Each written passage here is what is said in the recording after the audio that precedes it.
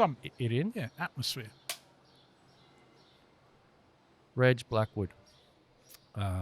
Episode 106, the last episode ever of the Lui Diaz Podcast. I feel honoured.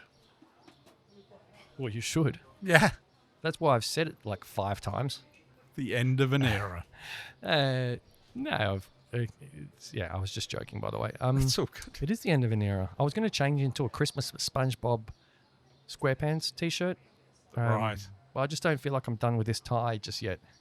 It's funny you should say SpongeBob because my other choice of T-shirt was a Keith Haring T-shirt, which is the three-eyed yellow guy. And people go, oh, SpongeBob. No. Keith Haring. Yeah, my daughter got it Sensational for me. artist. Yeah. Aussie artist, I think. No, American. American? Yeah. Sadly, no longer with us. Great artwork. Amazing. Imagine something that simple being so impactful and have such a big brand. Yeah, and such an influence on so much art that you see now as well. And now I see young people wearing Keith Haring T-shirts. Yep.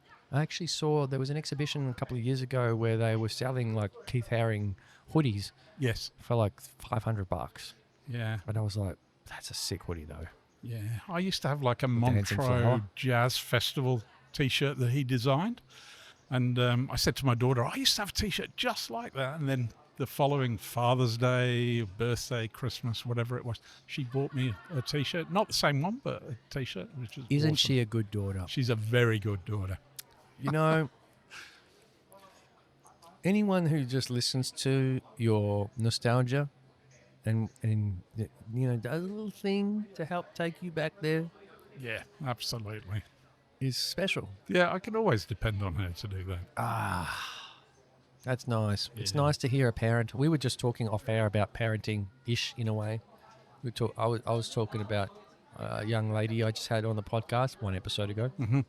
And, how her energy's really shifted since the first time we spoke, without going into too much detail. And you mentioned your daughter, and it's so nice to hear a parent say that their kid they're just wrapped with their kid. Yeah. We've got a great bond, we always have had that. And even through those difficult teen years everybody goes on about, which I think you're probably going through now. We managed to keep that bond. So we're over it. You're over it. We're gone. She's 17 now. Oh, that's what you think. No, I mean, I reckon the worst of it's over, which is what I mean. I reckon the worst of it's over. She's finished high school. Okay. Yeah. Can't get worse. Oh, all right. I'm going to reserve judgment. I'm not saying anything. No, it's not judgment, it's experience. You're telling me something I don't know yet. Somebody said to me, when did you stop being a pain in the ass to your parents? And I went, okay, yeah, all right. When I was 40? Yeah. There you go. And that's only because I'm 41. There you go. So there's always next year we can going. start again.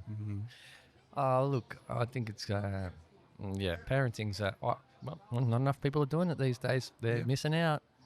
Yeah. But they're going on holidays to Ibiza, and taking all the drugs they want. That's great. Yeah.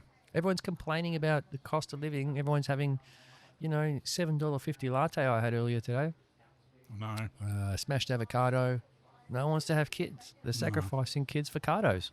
I actually went and Kids bought for somebody Cardos campaign. Kids for Cardos. I went and bought somebody a coffee the other day, and I sort of ordered myself one as well, and it was $7.80. I thought, oh, that's great. Sat down for 2 coffees, and then, of course, they missed my coffee. So I was actually paying $7.80 for 1 coffee. It did have non-dairy milk in it, so I was like, oh, I should have known. I should have known it wasn't a bargain, but... Hipsters and their stupid hipster milk. No, I drink almond milk, by the way. Oh, nice. I don't drink dairy anymore. Yeah. Something about, drinking something that comes out of a cow's teat just doesn't make sense to me. Also smells really weird. I think it does when you've changed. That's the thing. When you've changed over, you kind of start to notice it a little bit more. But yeah. Hey, guys. Got a crowd. Got a freaking crowd. Oh, there you go. See? Yeah. Diverse crowd too, by the way. We've got young, old, foreign, local. Yeah. That's my crowd. Yeah. I love diverse crowds. That's Melbourne. Melbourne's a diverse city. It sure How long have you is. been here? You're a British accent. I've only been in Melbourne for just over a year. You I said moved something here about New last Zealand. year. I lived in New Zealand for the last 24 years. Yeah, Where are you from originally? from the UK, near Birmingham. Oh, Birmingham. Yeah, it's one of those places where you say, oh, I'm from near Birmingham. People go, I know Birmingham. And then you go, okay, I'm from near Wolverhampton. They go, I know Wolverhampton. You go, well, it's more like Warsaw. I know Warsaw. And you keep getting smaller and smaller until you hit that kind of New Invention was the name of the place I was born. Really? New Invention. Never heard of it. So on my birth certificate, it says New Invention. That's pretty sick. Yeah. I mean, not just your birth certificate, but like, imagine if it said No, on your just passport. mine. I was actually born at home, so I was a home birth Oh. in New Invention, so I'm not sure how. Not New Invention Hospital, just New Invention. New Invention was the suburb, shall we say? Wow. The estate I was born. So, Interesting. So, yeah. okay, and when did you move to New Zealand? What brought you to? So How did you get here? Why are you here now with me? Why am I here? Well, it's a long story. I met my first wife late 90s in London, and she was a Kiwi. So she brought me across this side of the world to New Zealand in January 2000, which was handy because I was working in IT and I'd just finished doing all that Y2K stuff. And I thought, okay, let's go before the shit hits the By the fan. way, I got a bone to pick with the Y2K people. Right. Ripped off because we didn't buy the antivirus software, No, and our computer still worked. absolutely. Yeah, yeah. Anyway, So I moved over January 2000 to New Zealand. all of the young kids have no idea what we just said. By the way, No, I know. There's been so much that's happened since then that it's just faded into insignificance. But that was going to be the end of the world, wasn't it? buildings have been blown up since then. Yeah. Financial crashes, Yeah. global pandemics.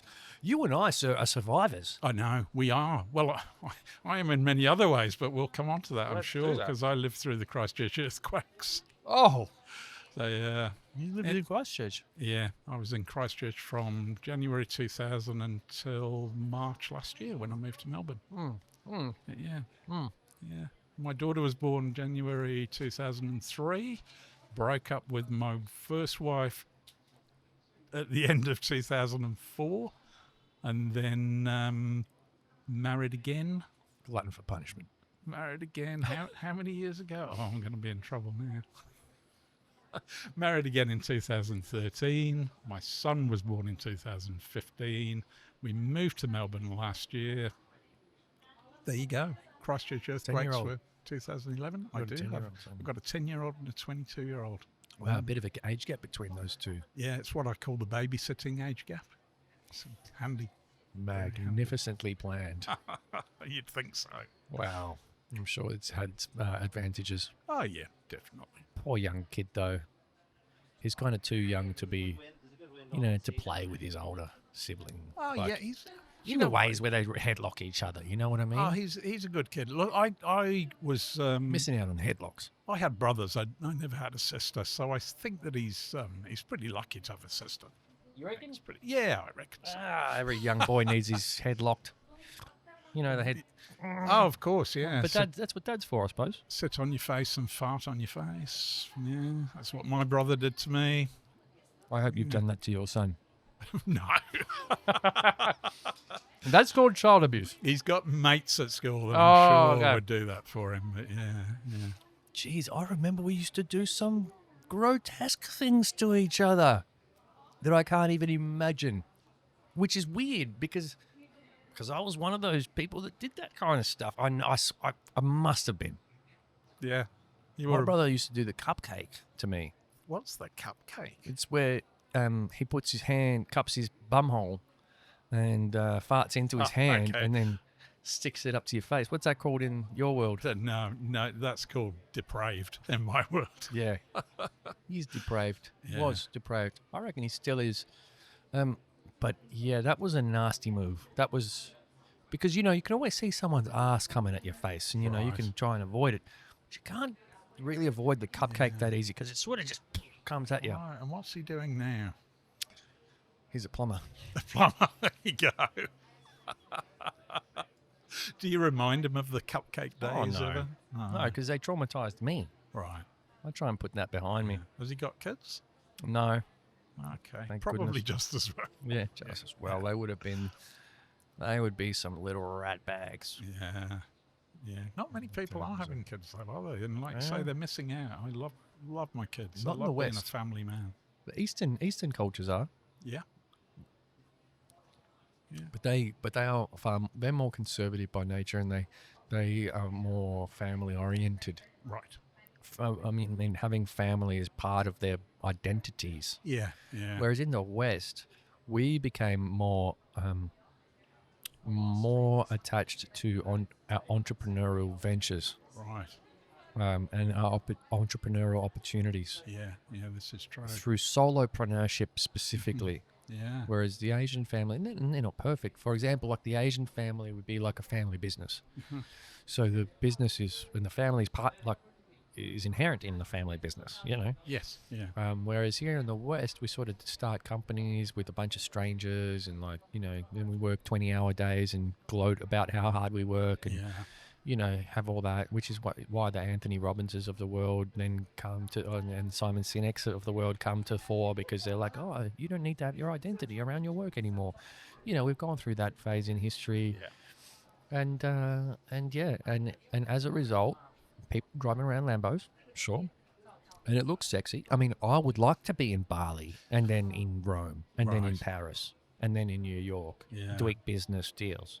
And somehow doing all of that while I'm laying by a pool and drinking pina colada. I would love that. I would Right. love that. I haven't figured out how to do it yet. But I also was like, I don't know if I want to sacrifice every being of my existence yet to get there. See, I always think if I could afford a Lamborghini, I wouldn't buy a Lamborghini.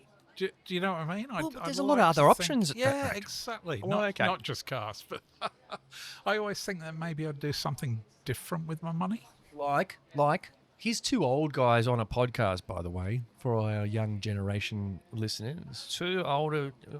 How old are you? I'm 41. Oh, you're just a youngster. I'm 57. But I'm grayer than you by virtue of having more facial hair, I suppose. Yeah, well, when I let the beard grow, that gets very white.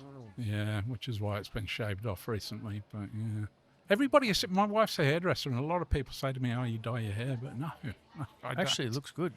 Oh, thanks, mate. Yeah. Yeah, she'll like that. Yeah. She'll be- She yeah. as well. All right. So, what's the car of choice then? Car of choice? I'm not really We're a talking car sort of person. 650 grand. Okay. Well, what's the object? I mean, let's just say you're going to spend that money. All right. You've got Yeah. no choice but to spend it. You said if you had that money, you wouldn't spend it on a Lambo. So, what would No. you spend it on? I'd probably give a lot of it away.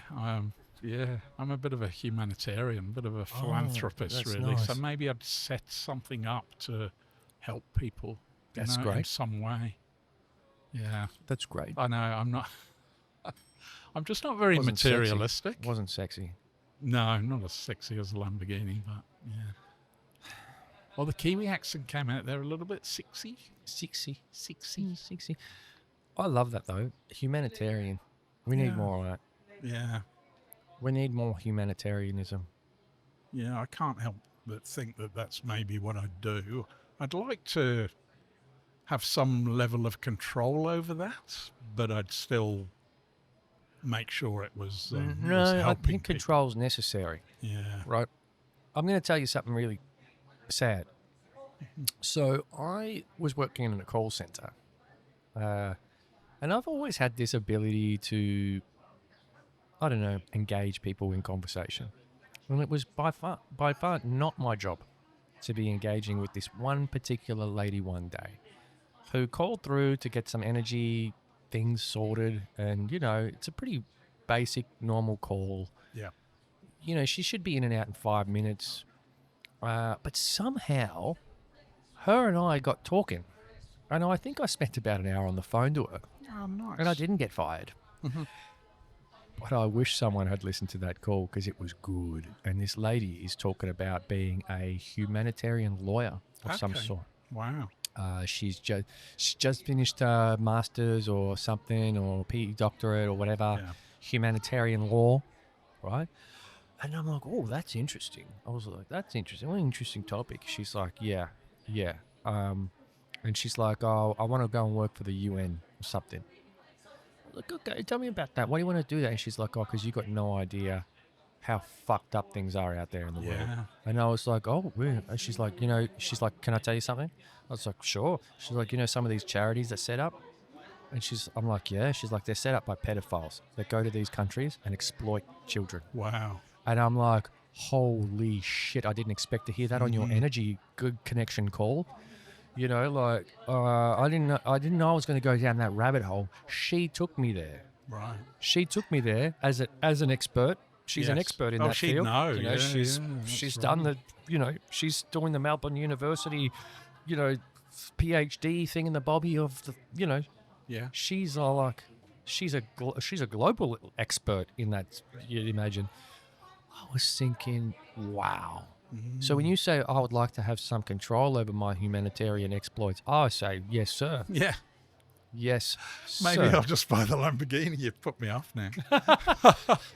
No, but Well, isn't it but interesting that's that... sad because actually I felt the same way when she said that to me. Yeah, It is off-putting. But Yeah. it's even more reason, if you have the conviction to do humanitarian work, Yes. to do it aggressively controlled. Yeah, true. Aggressively controlled. What I find interesting about that is that she chose to be a humanitarian lawyer. There must have come a point where she could have decided, I'll be a criminal defence lawyer, and made loads of money out of criminal defence, Really? but actually went in a different direction.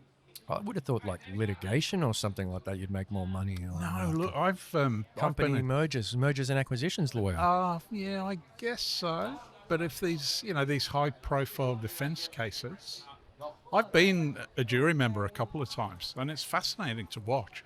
And sadly, the Crown prosecution lawyers they're not very good. And then you get the defence lawyer come in, and you're like immediately drawn to this These guys charismatic get person. paid. It's yeah, exactly right. These guys getting paid to do work for the devil. That's exactly right, and they're good at it, But yeah, it's interesting. The devil's work pays, people. The devil's work pays. Seems to. It's But sad, isn't it? isn't it admirable when you see someone who's that polished in their craft? Yeah. You sort of look at them and go, "You dog," but damn, kind of admire you. Oh yeah, and as a jury member, you can see why so many jurors might be swayed by a good defence lawyer, as opposed to the prosecutors who are just basically delivering the facts. Defence lawyers are very good at twisting the facts and spinning the facts. I guess it's the difference between a good politician and an honest politician. Yeah, spinning the facts or avoiding them.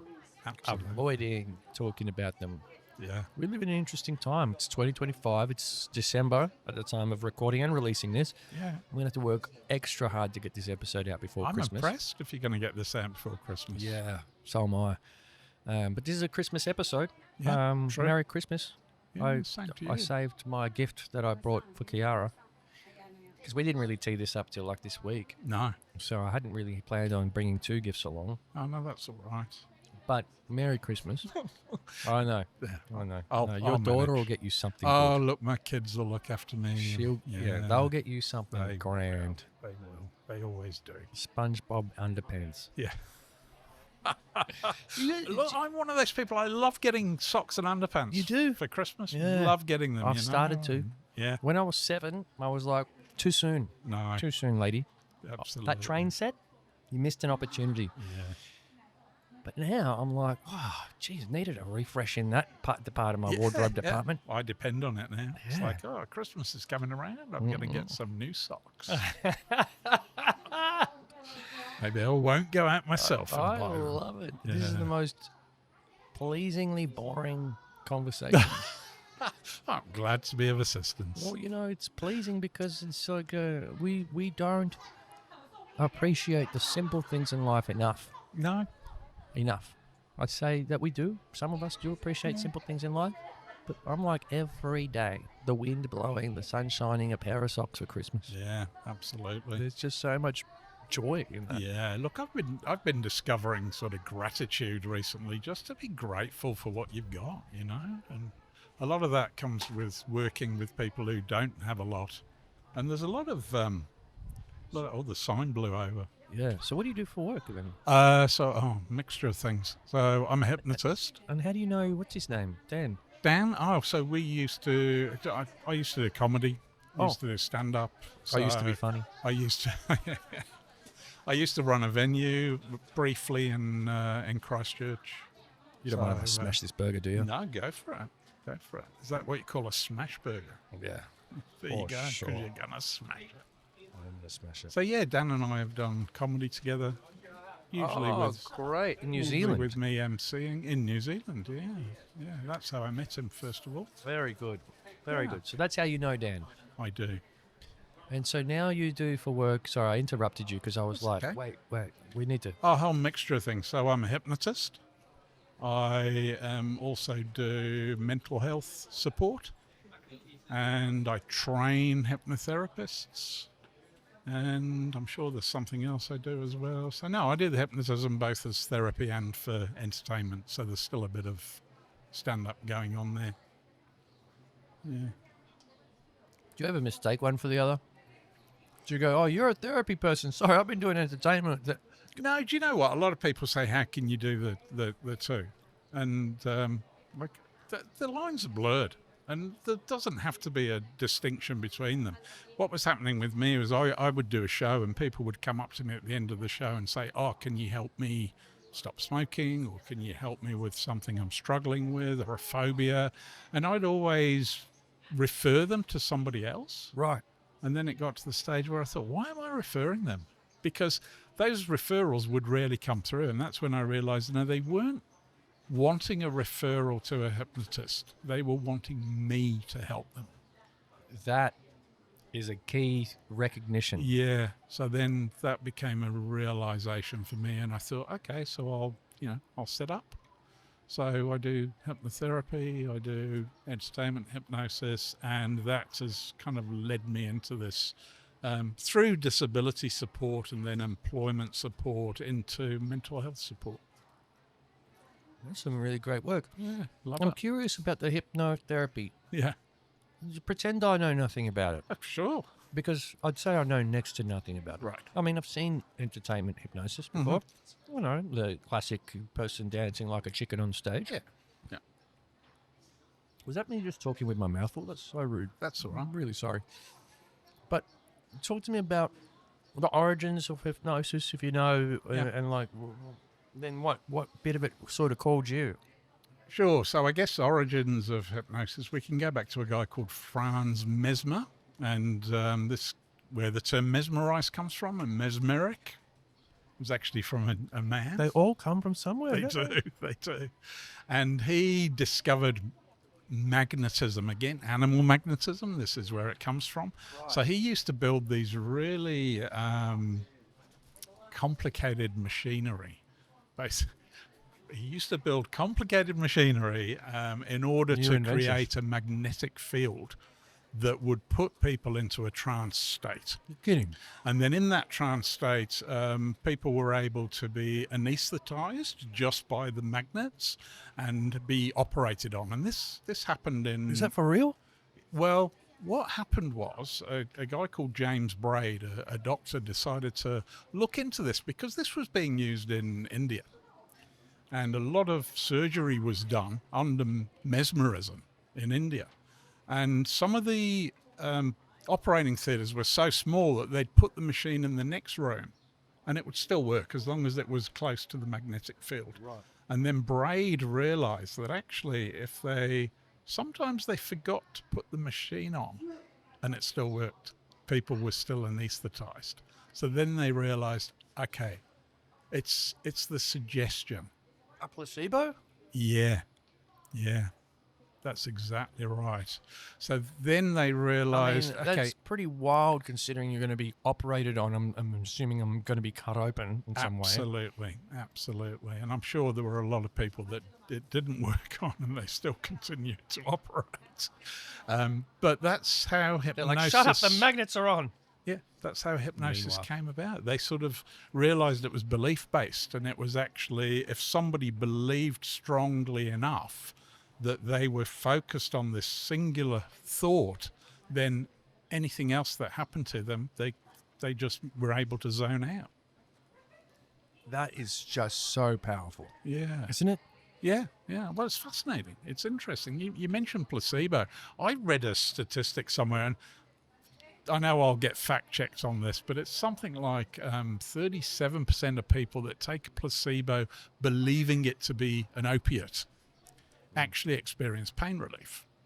It's a huge percentage, like 37%, something like that. But then when you look into it, you realize that opium, at the sort of levels that people believe that they were having it, only works on 32% of people. So it means that nothing is better than heroin. I mean, sorry, I better rephrase that. So yeah, so the placebo actually works better than the actual drug. I love that. I love that second part of that study. Yeah. Because people are like, oh, 37%, that's nothing. Oh, well, where's the benchmark on the actual there you thing? go. There you go. And again, I'm guessing those figures, but they're there. They're there. People will find them in the relevant studies. Well, yeah. So I find that fascinating. Now, I was working as a comedian in the So do I. That's early super fascinating. 90s. I was doing stand-up comedy in London. And then I moved to New Zealand in 2000, and I realised there wasn't really much of a comedy scene in the South Island of New Zealand. So I thought, I need something else. If I'm going to continue showing off on stage to people, then I need to do something else. I'd already learnt a bit of hypnotism. I didn't feel like I was good enough to put that together with the stage stuff and actually do it. How does one acquire the skill of hypnotism? So I just I Is met it a course? I met a hypnotist at the Edinburgh Fringe Festival, and he had a dog that used to hypnotise people. So his name was Hugh Lennon, and the dog was called Hypnodog. And he had this brilliant way of drumming up publicity for his Edinburgh Fringe shows because he'd pretend the dog had gone missing. And so all the newspapers would go along with it, and they'd say, this is the dog. If you see this dog, do not look into its eyes. And they just played along with it. And of course, he became very successful, very popular shows. Incredible. And he told me that the way that he learned hypnosis was he was working on a cruise ship as a magician, and the hypnotist got taken ill and said to him, you do my show for me. And Hugh said, I don't know how to hypnotise people. He said, yeah, but you recorded my show a couple of nights ago for me. Here's the recording. Just do what I do. And so Hugh went, okay. And then he did just exactly what the hypnotist told him to do. He listened to the recording, and sure enough, people believed that he was a hypnotist, and he did a successful show. Are you hypnotising me right now? Could be. I'm completely spellbound by this story. Yeah. I'm mesmerised by Yeah, it. there you go. I just cannot believe this. Yeah. This is kind of something that seems like it's out of a movie, Well, this story. I got angry. I was cross, and I said, no, tell me what books to read. And he said, no, I'm just telling you the truth. Yeah, tell me what sorcerer I Yeah, need to go and there you study go. under in Tibetan foothills. I used to say, tell me the magic words. Like, surely there are magic words that you can use, And I studied it. I bought all books that other people recommended, and I read, and I tried it on my first wife, and she was my practice subject. Nothing at all. You love me. Yeah, well, that didn't work, did You- it? First wife. Till death do us part. But You will never leave me. And if you do, you're not taking half.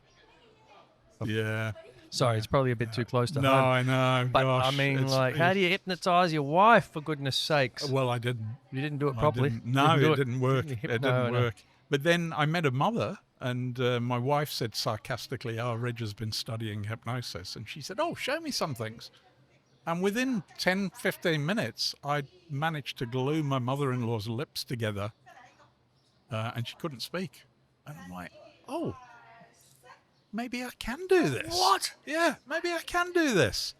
And so So you had just been reading some books yeah, and trying it on your wife, yeah, but it didn't work no. because she's too close to you. Well, she knew I was just studying it. So in her head, you're not a hypnotist. No, you're her a boyfriend. studying. Yeah, But the mother-in-law yeah. is convinced Of course. that you're a hypnotist. Yeah. Oh, show me some stuff. Yeah. Yeah. Incredible, the brain. The brain is... It is. It's incredible. powerful. Yeah. Is it just the brain, though, or is there some other part of us, like the reflex arc or some kind of gut feeling, gut brain thing that, that is involved in all this as well? Just kind of like, can't be too cerebral. Has to be some feeling in there. Most animals have like a trance state, if you think about it. They have that kind of catatonic state that they use for defense sometimes. Those goats that just kind of go all stiff and fall over. Oh, yeah. Yeah, and I reckon all that's linked. I can hypnotise chickens and I can hypnotise rabbits kidding. as well. Yeah, I'm allergic to rabbits, so I have to be careful with them, but I can hypnotise a rabbit. So you've hypnotised a chicken before? Yeah, I have. How does it kind of work? How do you get it to pay attention to you for long enough? I get it to act like a human. Yeah. No, just as revenge. No, what I do is Get it to act like a human. you basically draw a line with your finger in the you got it. It took a while. You draw a line in the sand or the gravel or whatever it is, and you drag their beak along that, and that just mesmerizes them, and they Drag their beak along it? drag their beak along. You just sort of hold their neck, shoulders. Yeah. Do they have shoulders? Yeah. The thing that's We've after all the eaten, neck. We've all eaten chicken shoulders. We have. You drag The bit between the neck and chicken the wing. along. What is the bit between the neck and the wing? I don't know. It doesn't matter. You Drag it along. what, in the dirt? Or Yeah, just- along the line. Okay. So, like, there's some beautiful bluestone lines here that you could probably just use the. Oh, right. Okay. And the then joint. and then what? And then you let it go, and then Yeah, and they're completely. then it starts complaining about the weather and stuff, There you go. just like a human. And then they say, "Oh, can you help me lose weight?" Yeah. I've got this bad pecking thing that I do. That's whenever I see right. seeds on the ground. Yeah. Got a phobia of foxes. That's good. Yeah. That's some fascinating stuff. And then rabbits are a bit more complicated. You have to kind of like put. So I'm not going to do the gestures, but you have to kind of put like two fingers between their ears and separate their ears. I'll leave that to my imagination. Yeah. You two at home. You leave that to your imagination. Yeah, it works really well then. The rabbits just become motionless, and then to get them to respond again, you kind of blow on their nose, or you can touch their nose with your finger. It's very impressive if you can just like say, "Wake up," and at the same time you're blowing on their nose, because then they just kind of, they roll straight over again because they're on their back, motionless, and then they'll just flip straight over and they'll just carry on being a rabbit. Yeah, It's kind of wild. it is. And that was in one of the first books I read. It had a whole heap of animals and how to mesmerize It's them. magnificent that this these skills and things that you can acquire in this life. Yeah. So then how long have you been since you started? How long since you glued the mother-in-law's lips together? Oh, so that was late 90s, before I actually moved to New Zealand. She was visiting from So New Zealand. You've been in the realm of hypnosis for 30 years. Yeah. Ish. Yeah. Has your craft kind of, have you gotten better? Would you say I've improved? I've become a better hypnotist. Yeah, I think so. I think becoming a parent actually helped me. You're kidding? Yeah. Oh. You get this kind of tone that you use with your kids, a sort of parental tone. Listen to what I say. There you go. Oh, it worked. But you get this, so you get kind of like authoritarian hypnotists, and they can sometimes be too authoritarian. Right. So there's this balance where, and I think a parental tone is a good thing, Okay. a paternal tone, Yeah. or a maternal tone. Yeah. So I can was be- just can be quite pretending, good. by the way. I've never said that to my kid like that, I think. Yeah. I lost my voice a couple of weeks ago, and I said to somebody, "Oh, sorry, I've got a croaky voice. I've been yelling at the kids too much," and they were not impressed. I was just kidding. But, All you need to do is can't be a say- parent today and be accused of being, an child abuser. I swear, the good old smack days worked. Yeah, never did me any harm. No, I'm glad we don't do that. to be honest. I am. Same. But some kids need it. Some kids. Well, I guess if their parents don't have the wherewithal to deal with it any other way, then I guess it's acceptable. But Yeah, Shane Hunter, the comedian, was talking about this. I know. You would know Shane because he's friends with Dan. I've hypnotised Shane. Oh, he needs it.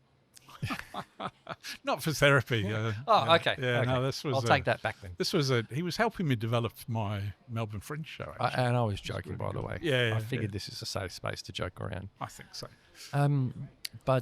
So Shane was talking about the big elephant theory, about the elephant. Once the bull elephant has been hunted by hunters, the young elephants run amok.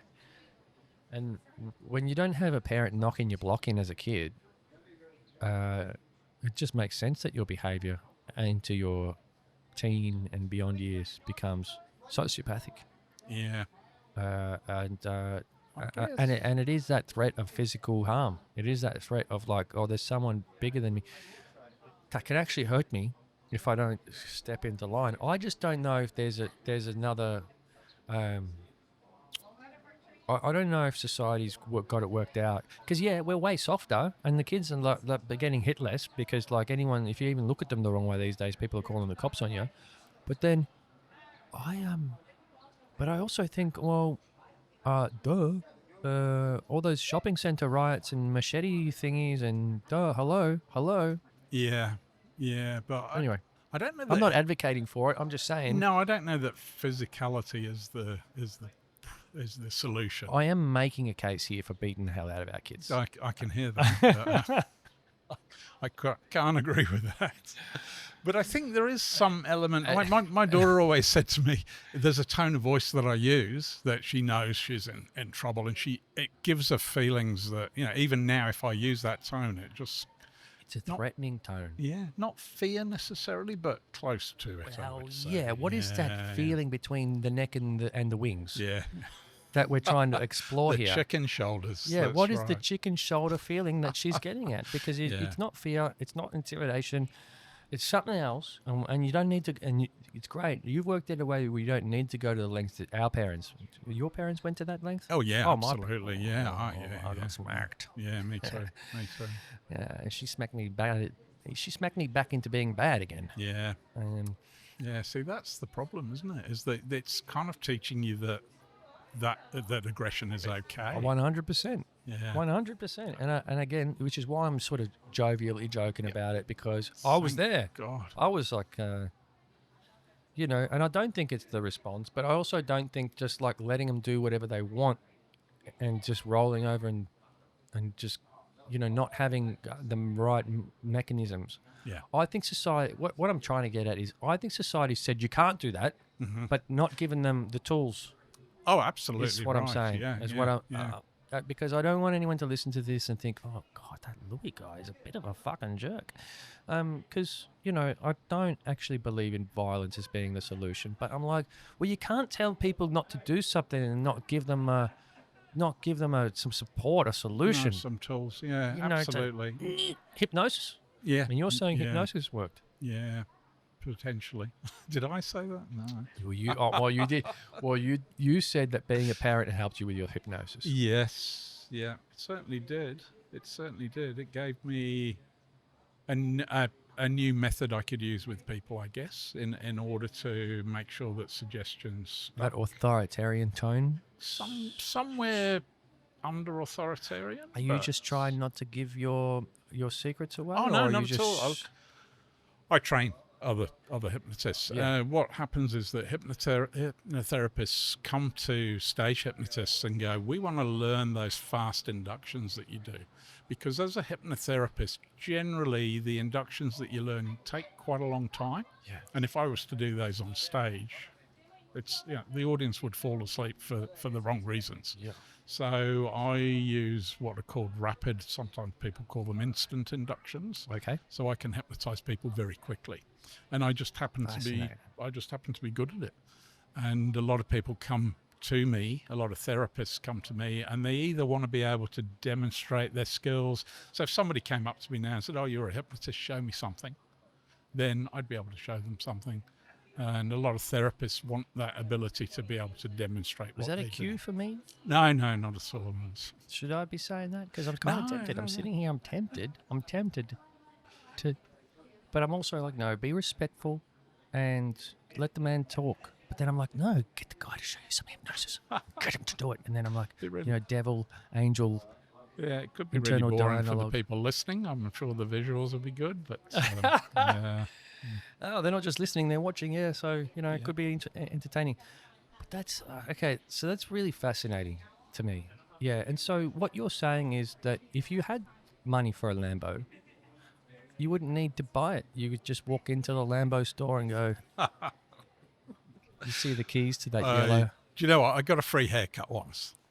And that was a missed opportunity. But what happened was I went and got my hair cut. And Your wife is a hairdresser. No, this is before I met my wife. Okay. And the barber said to me, "Oh, I saw that Darren Brown fella. I saw that Darren Brown fella on TV, and he walked into a jewelry store and he walked out with a gold bracelet without paying for it. Could you do that?" And I said, "Well, I kind of see the methods he used, and I don't know, maybe."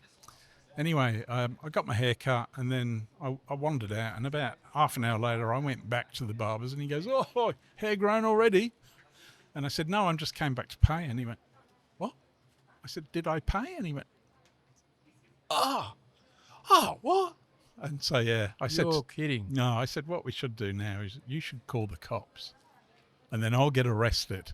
And what great publicity that a hypnotist went and hypnotized his barber and got a free haircut, But we never did. But, I sort of demonstrated the point that I was making. I paid in the end, yeah. That is magnificent. Yeah. But it was a confusion technique. Because I've done that without hypnotizing the barber. Yeah.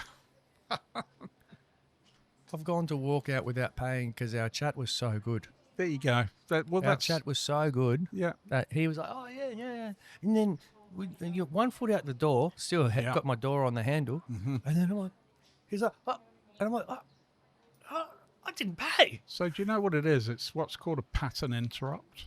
So he would have a whole bunch of boring conversations with his customers, and then you come in and you break the pattern. So all of a sudden, something unusual is happening. So I say to the barber, I go, "So I beat my." No, I don't. Yeah. This is going back to the child abuse jokes. No, but yeah, I do have captivating conversation. You're right. There you go. Sorry, but you were explaining. So you've broken the pattern for him. So part of his pattern is he has a boring conversation, he takes the money, the customer goes away, and then he sees him again in 5 weeks, 6 weeks. And what you've done is you've broken that pattern. So you had a conversation he's more likely to have with a close friend down the pub. So there's no association with payment from that, So you walk out, you've already broken the pattern before you get to the stage of where you're going to pay. I think I love this idea. I've never heard of it before. You go to a checkout with your supermarket shopping, that person serving you is in a pattern. You break that pattern, man, they're like a deer in the headlights, and those kind of opportunities is what I use as a hypnotist to then insert a suggestion. That's what I've been doing wrong at Coles this whole time. There you go. I've been trying to hypnotize the machine. Self-checkout. Self-checkout doesn't work. I don't need to pay. Yeah. Please pay. Please pay. I don't need to pay. I'm using the Obi-Wan's Jedi mind trick. There you go. Yeah. Stupid. These are not the avocados you're looking for. Yeah. Oh, that's good. That's good. Well, that's really fascinating idea to me because I'm on the verge of starting a new venture. And here's a confession I'd like to make. I know that I'm worth a lot more in industry than I'm currently being paid. Okay. Because of the same thing that I'm able to do with the barber. But then people always walk away from conversations with me in a professional setting feeling like extremely confident and like they've learned something that's like unlocked, like their understanding. They're now going to be able to move forward with a way clearer understanding of why they need to do what I've told them to do. Yeah, hit the kids. Right? Yeah, exactly. Now, just take off the belt, fold it in half. It wasn't the belt for me. It was a wooden knife. Oh, no. This long. No. Believe me. Look. A machete, a wooden machete. Yeah. Yeah. She did a great job as a parent in many, many respects. And by far, no parent is perfect. But, yeah. Some anger management challenges in my family, for sure. So, no offense to anyone. It is what it is. And we learn better. Sometimes it takes generations of us to learn better. But back to the thing is that I've kind of worked out that there's something missing. There is something missing. Maybe it's some internal belief. Maybe it's some hypnosis that needs to go, you can ask for this much money for doing that. Yes, but I've worked out that when I infuse that confidence in that person, they go off and land a $200,000 job. Yeah. You know what I mean? Yeah. Or they can do business deals that are worth a lot of money. Like I had a guy at my church this year came up to me. It was a business night. We started talking. We agreed to catch up for a coffee. He told me the type of business he was going in. I was like, oh, okay. I was like, you know what? I know a guy who's just started a business in that space. I reckon you could reach out to him. 1 month later, we have coffee again. Oh, I reached out to that guy, and he's my first customer. There you go. And I'm like, and he's thanks. You didn't even pay for the coffee the second time. No.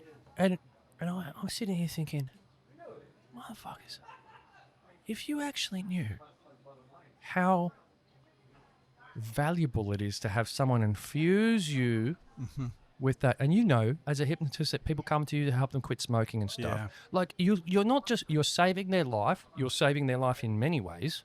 You know, like budgetary, monetary, like healthy. You're doing so much for them. Yeah. Like if you knew what I was doing, you would pay way more. You know, and I think that's the bit that I'm struggling with. Yeah, I think so. But also I think there's an element of you need to just accept that that person is going to do with that information what they're going to do with the information. It'll come back to you.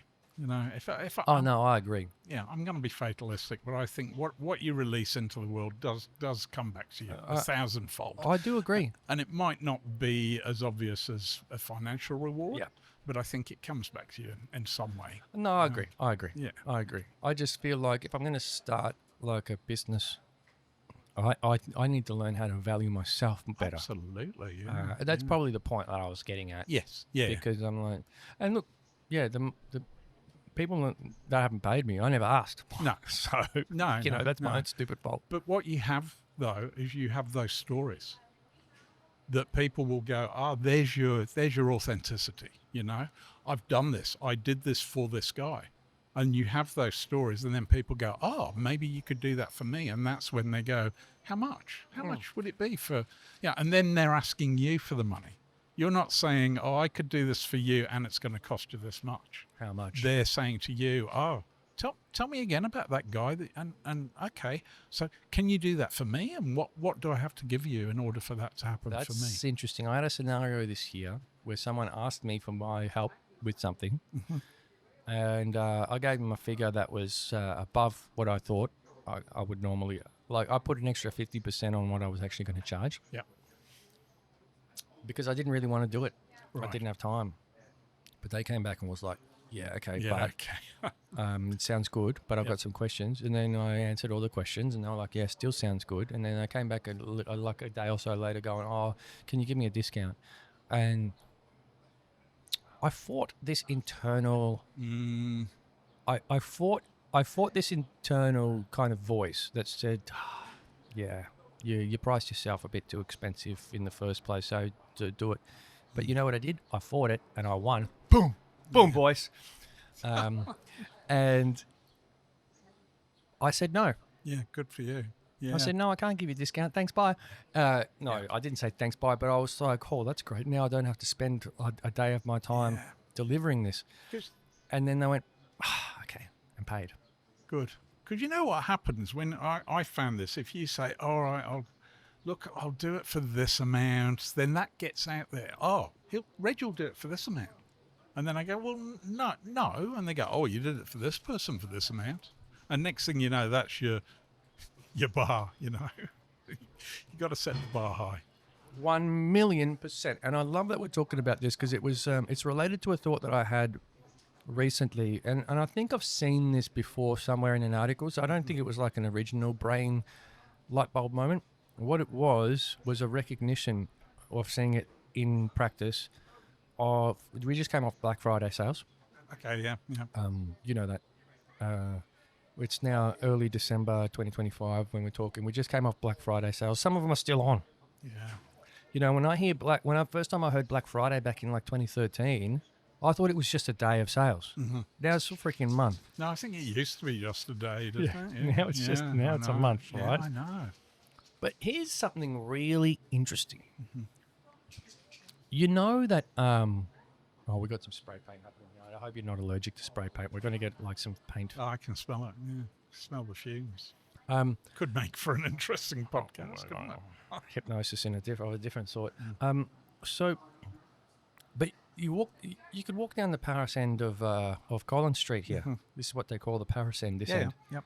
and you won't see a single sale sign. Pass Bailey, the world's world lucrative pearl brand. Yeah. Gucci, Prada, it's out the Chanel. Yeah. All of these top tier fashion brands, all of the watch merchants down close to Elizabeth Street, along Collins, Rolex, Tag Heuer, not a single sale sign, No. right? That's what the difference between a premium brand and a non-premium brand true. is. A premium brand never offers sales. Yeah. So true. And so I had to figure out how to get myself into premium brand mental Yes. territory. Kind of linked to this. My wife is a hairdresser. She is also a very good saleswoman. That's a Very, skill. very good at selling the product. And Hello, Reg's wife, watching. yeah, no, I didn't she's- mean anything I said about the kiddies. I was just kind of, honestly, And she taught me something, because she said that the biggest mistake that hairdressers make when they're trying to sell a product to somebody is they're selling to themselves. Okay, so they go to the person and they go, look, this $40 product does exactly the same as the $90 product does. And the person goes, oh, thanks. Now they've just sold that person a $40 product instead of a $90 product. which is smart if your profit margins are better on the $40 product. Only then. But what's happening is that hairdresser is saying, I wouldn't pay $90 for this product. So therefore, this person who I'm selling to probably won't either. So they're marketing to people like themselves. So your wife taught you that? Yeah, and it's really interesting that I have another example. I have a friend, he lives in Canada now. That's genius. He used to live in New Zealand, and he was quite wealthy. And we went into a spa pool shop, and he was looking for a new spa pool. And he looked at the most expensive one in the shop, and I can't remember, it was like, $40,000 or something from memory. And the guy came up to him, the salesman came up to him, and he said, oh, we've had this one in. It'll do exactly the same job as this one for $15,000. And my mate said, thanks very much, not interested, and walked out the shop. And he said, cheeky bastard. I said, what? He goes, he thought I was fucking poor. And I thought, oh, wow. I love that. I love that. And these two things, him saying that and my wife saying what most people do is they make the mistake of marketing to their own people. The spa guy wanted the $15,000 Yeah, pool. the spa guy couldn't afford the more expensive one, so he decided, this guy probably couldn't either. I would buy that one, so why wouldn't he? And he lost a sale. He lost the sale by insulting the person he was selling to. It's kind of wild. Yeah. So It sounds like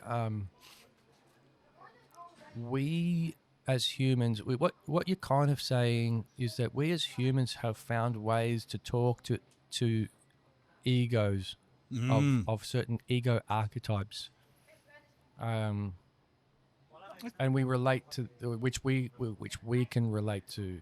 Yeah. Is that similar? Is there any ego related to the work of hypnosis? For example, do you know that you're targeting the part of this person's ego? For example, to explain my question to people that might not understand as well as you, maybe I'm trying to say is like, I've got a businessman here. Mm-hmm. He's come in, so I've seen him park the car. It's a hotshot car, and he's real well dressed, and like he's looking the part. Yeah. So there's an element of that ego that I know I'm going to have to overcome or play with.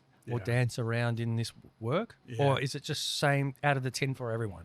So part of the beauty of hypnosis is that we're stripping that away. We're stripping away the ego and we're just going straight to the core of the person. How do you do that? That's so cool. So my approach is subtractive. A lot of hypnotists will learn lots and lots of techniques, and by doing that, what they're doing is they're layering the whole process, when really they should be focusing on that. As I said, we all have this trance state inside of us. We all have this ability to zone out inside of us. So my approach is to say, you've got this state of hypnosis inside of you, so let's just get rid of everything that isn't hypnosis. And what we should be left with then is the subconscious, the pure kind of the hypnosis. So it's a bit like Michelangelo, and you heard about the angel David. So David's his statue. And, the statue. Yeah, and supposedly somebody said to him, "How did you carve this from a single block of marble?" And he said, "But David was already there in the marble. I just had to chip away the bits of the stone that weren't David." Beautiful. And so that's the angel in the stone or the angel in the marble. Yeah. And that's the way I look at hypnosis, is that hypnosis is already there. We just have to chip away all of those bits that aren't hypnosis. And you can do this by using metaphors. So you can say, right, I want you to imagine that you've got an onion and we're peeling away the onion. I'm there. A layer at a time. I'm there. Is this, you just finish me off. Yeah. Finish me off, Reg. It's not the first time I've been asked to do that. That costs more. Oh, good. Yeah. That's But funny. by using a pattern interrupt as an induction, is a pattern interrupt is you're catching somebody off guard and then you're giving them a direct suggestion. So that direct suggestion, first of all, might be close your eyes and just take a big deep breath. And you've already kind of caught them off guard. So an example of a pattern interruption, I will show you something, or I'll explain something to you. You know when you go to shake somebody's hand and they do this? Hasn't happened for a long time. I think it was I was 5 last time that happened. But I bet if somebody did it to you, you would fall for it. I would. Because we've got this pattern, a subconscious pattern, 100. to reach our hand out and shake their hand, okay? It's kind of embedded in us. Well, I have an induction that's based on exactly that. I don't thumb my nose at them, but instead of shaking their hand and completing their handshake, I will take their hand. We'll take it. I'll take their hand That's a pattern interrupter. by the wrist, and then I get them to look at their hand. And I'll say to them, don't look at me, look at your hand. And they will look at their hand. Because by interrupting their pattern, they're waiting for the pattern to be completed. Sorry, I just have to look at my hand Yeah, just to there see you if go. there was any weird thing happening there. They're waiting for the pattern to be completed, and you don't complete it in the traditional way, but you still complete it for them. Yeah. So, yeah. Oh, that's interesting. Try it. Next time you go to shake somebody's hand, instead of shaking it, could use get your in other trouble. hand and just take their wrist and just look at them. And you'll see they're like a deer in the headlights, for want of a better description. And Interesting. that's our gateway into hypnotizing somebody. At that moment, when you're looking at them and they're looking back at you, there is no ego. You're looking straight into the core of them. For that one moment. Yeah. So then you can utilize that. Wow, you've peeled back all the layers. Yeah. Just Well, that you've quick. begun to. You've Yeah, begun to okay. peel back all the layers. That's so fascinating. Yeah. Give it a go. Well, yeah. So the ego is always there. It's ever present. I like to say that when we hypnotize somebody, it's like a sleeping guard dog. Okay, so it sleeps with one eye open. So it's always there. The critical faculty, we call it. So we're bypassing the critical faculty by hypnotizing them. But it's still there, it's still there to protect them. Because if I did something weird to somebody while they had their eyes closed, I guarantee that's going to pull them straight back out of hypnosis. The guard dog will Fight or flight. Yeah,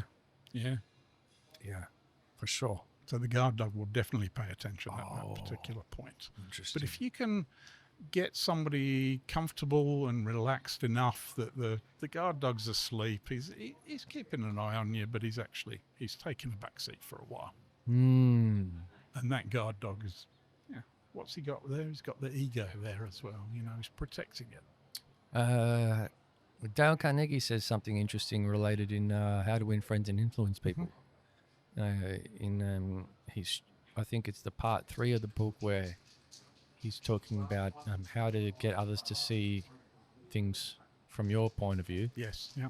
One of the chapters is get someone to say yes immediately. So at the start of any business deal or presentation, he'll make sure that the word yes comes out at least 3 times or something to that effect before he goes into his pitch. Yes. So he'll go, you want to scale this company, don't you? Yeah. And am I right in saying that you want to, maximize your profits? Yes. And am I right in saying that you want to reduce your overheads as much as possible? Yes. Well, then this thing is perfect for you. There you go. It'll help you scale. It'll maximize your profit. Yeah. Yes, you said yes 3 times before Yeah. So that's in hypnosis we call that a yes set. Yes set. Yeah. So it's a yes So set. Dale Carnegie 100 years ago was onto something. Oh, absolutely. It wasn't right. just how to win friends and influence people. It was how to win friends, influence, and hypnotize them too. Influence. See, that word is there, and it pisses me off when people with podcasts call themselves influencers. Because I don't, it's sort by of, the way. I know, good on you. Because it's a powerful word, to influence somebody.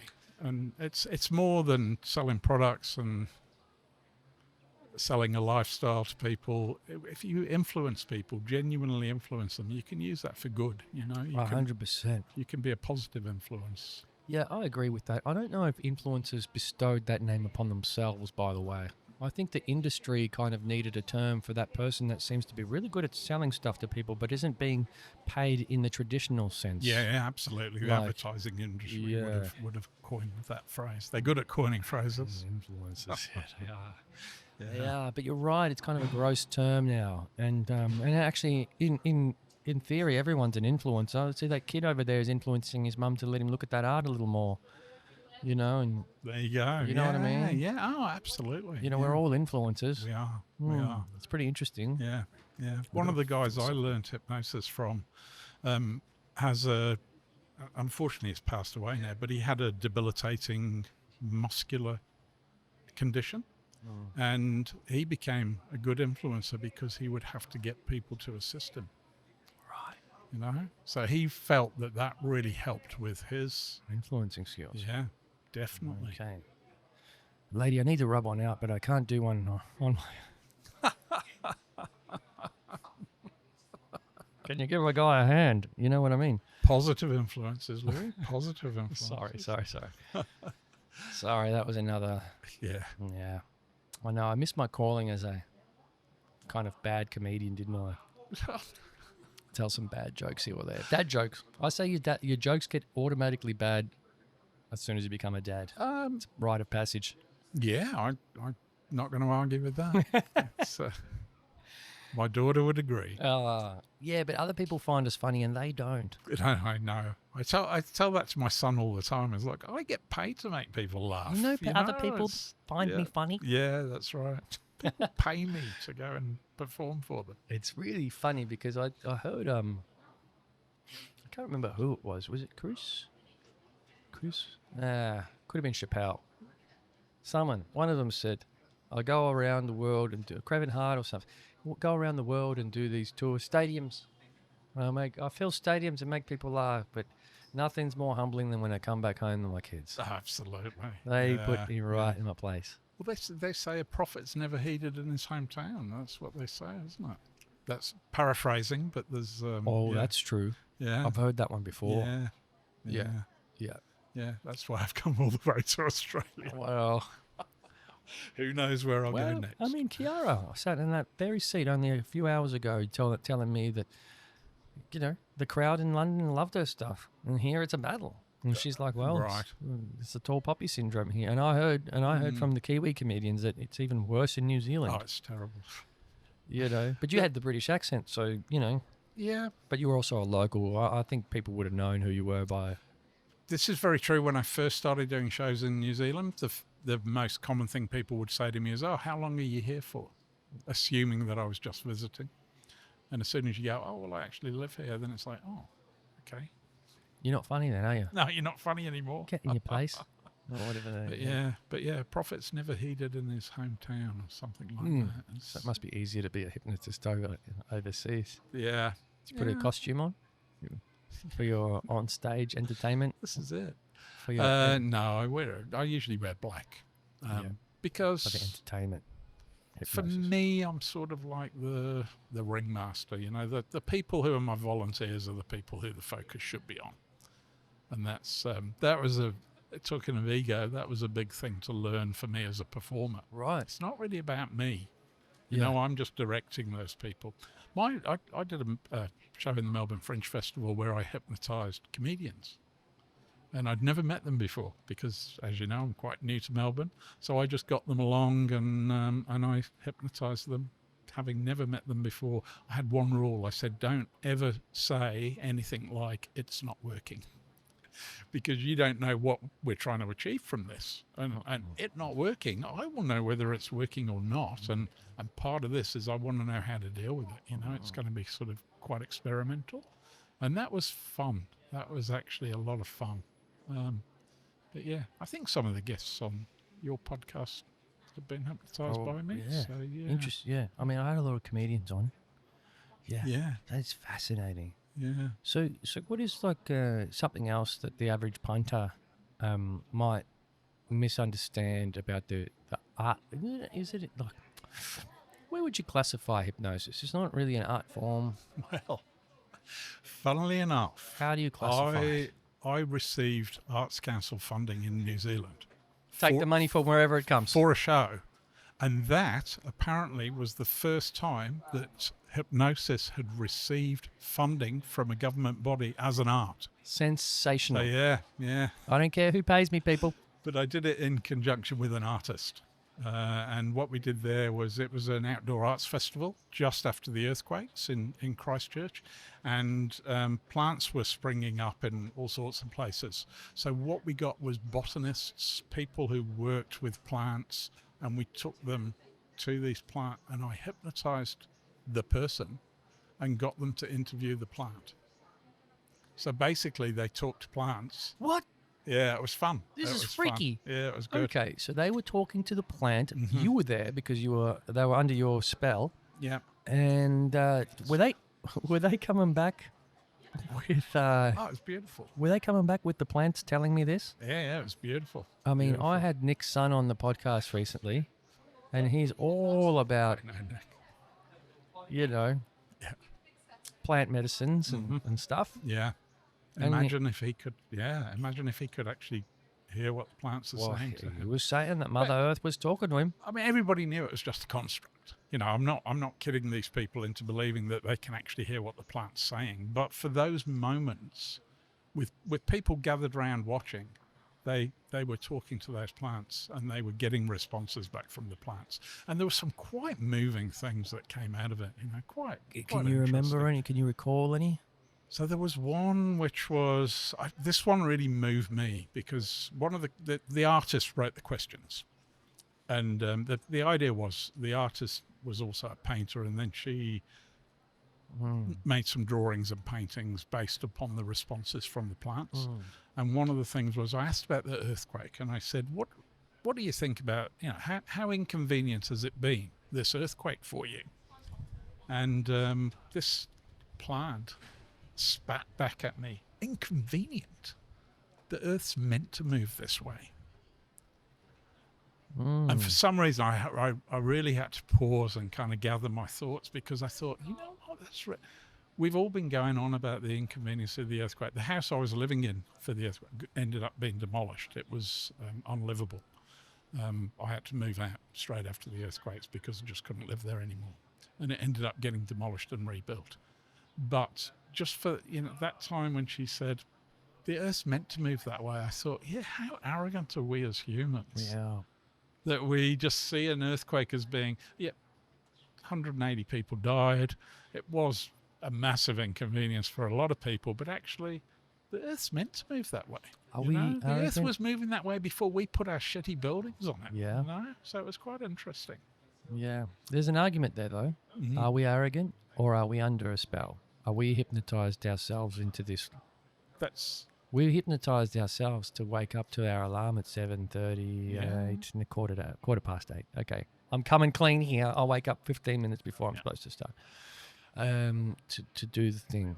Yeah, the 9 to 5 thingy. We've hypnotized. We've hypnotized the entire community. Australians are hypnotized into loving real estate. Yeah. Absolutely. They are real estate lovers, and the banks they move. Their earthquake is the movements of the Reserve Bank's interest rates. People say, it really makes me laugh, because people say, I'm not open to suggestion, and I'm not susceptible to suggestion. And so I'll say to them, name me a luxury Italian car.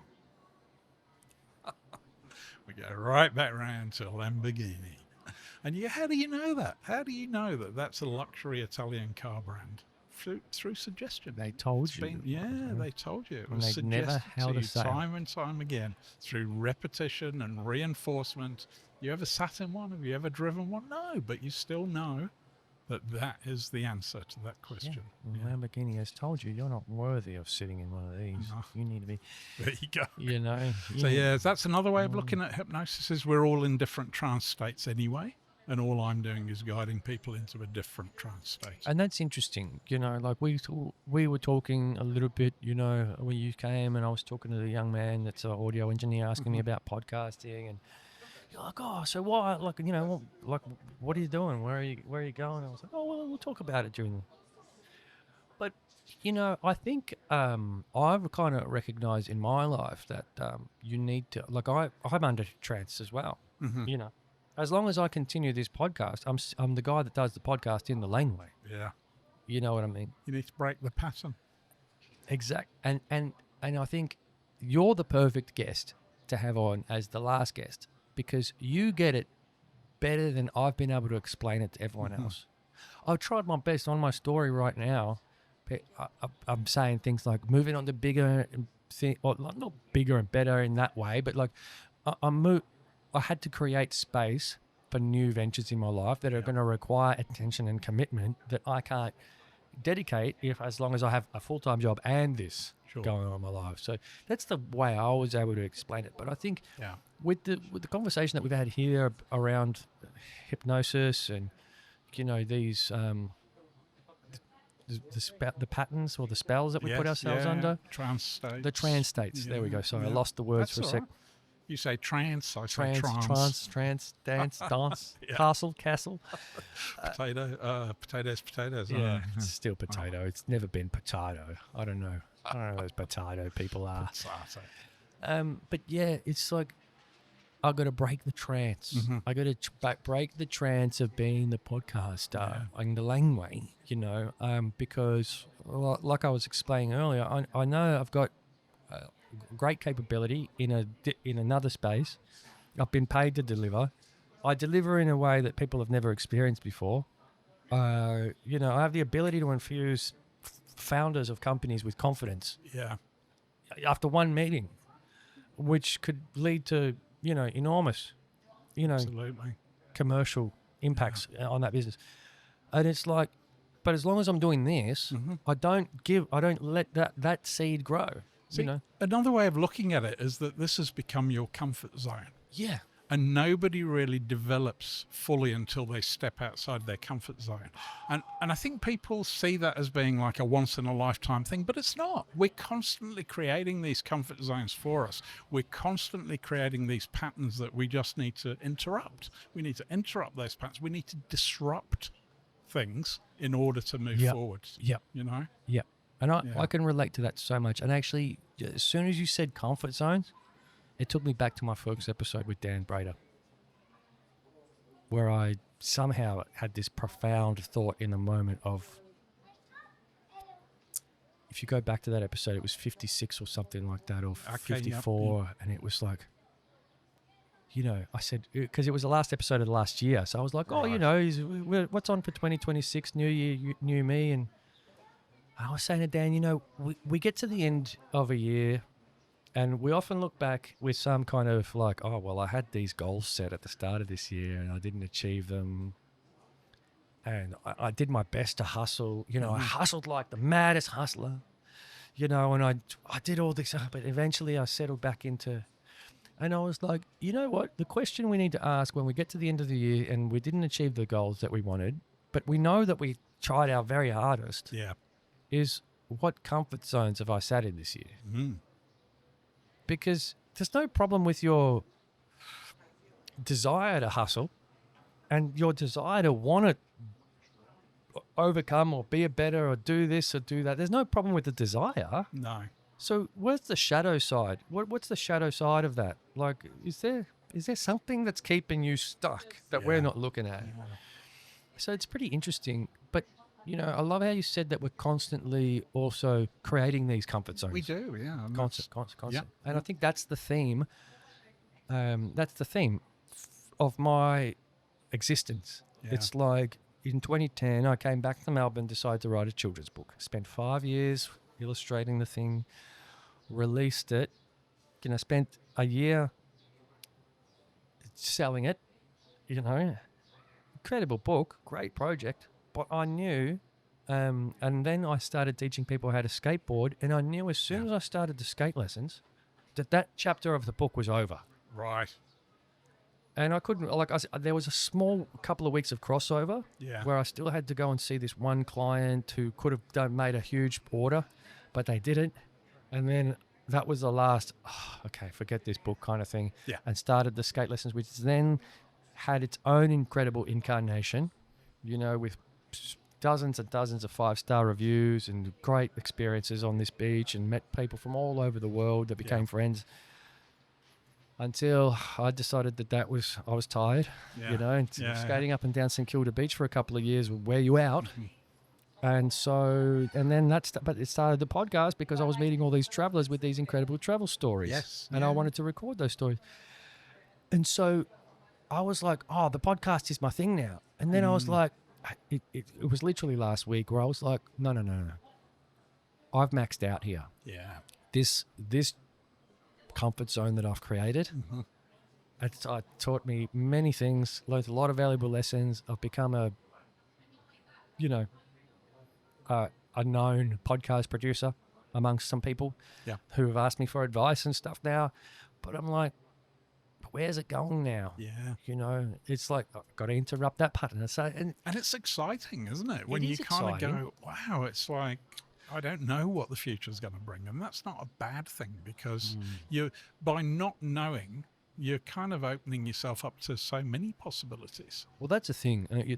That's the lens I've got to look at it as, because, and I still got to edit these episodes and get them out. So there's a few weeks left of me just kind of grinding away at it. But sometimes I think other people getting in your ear sometimes try and convince you that there's so much sunk cost that you are sacrificing here. But you know, and I've had several people say to me, this podcast could be huge. You know, you're one tweak away from making it. Yeah.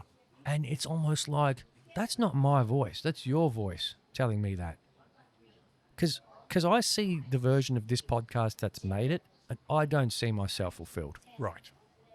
Like, I see myself grinding away at the podcast and look, it's making it. But some people some people are content with doing the same thing. It's like you mentioned, being a kids author. Some people, and in some ways I envy those people that are able to keep pumping out the books time after time, and they seem content with that. But I just think, are they really? Because I wouldn't be. But maybe I'm putting my values on them. But I need to develop, and I need to change.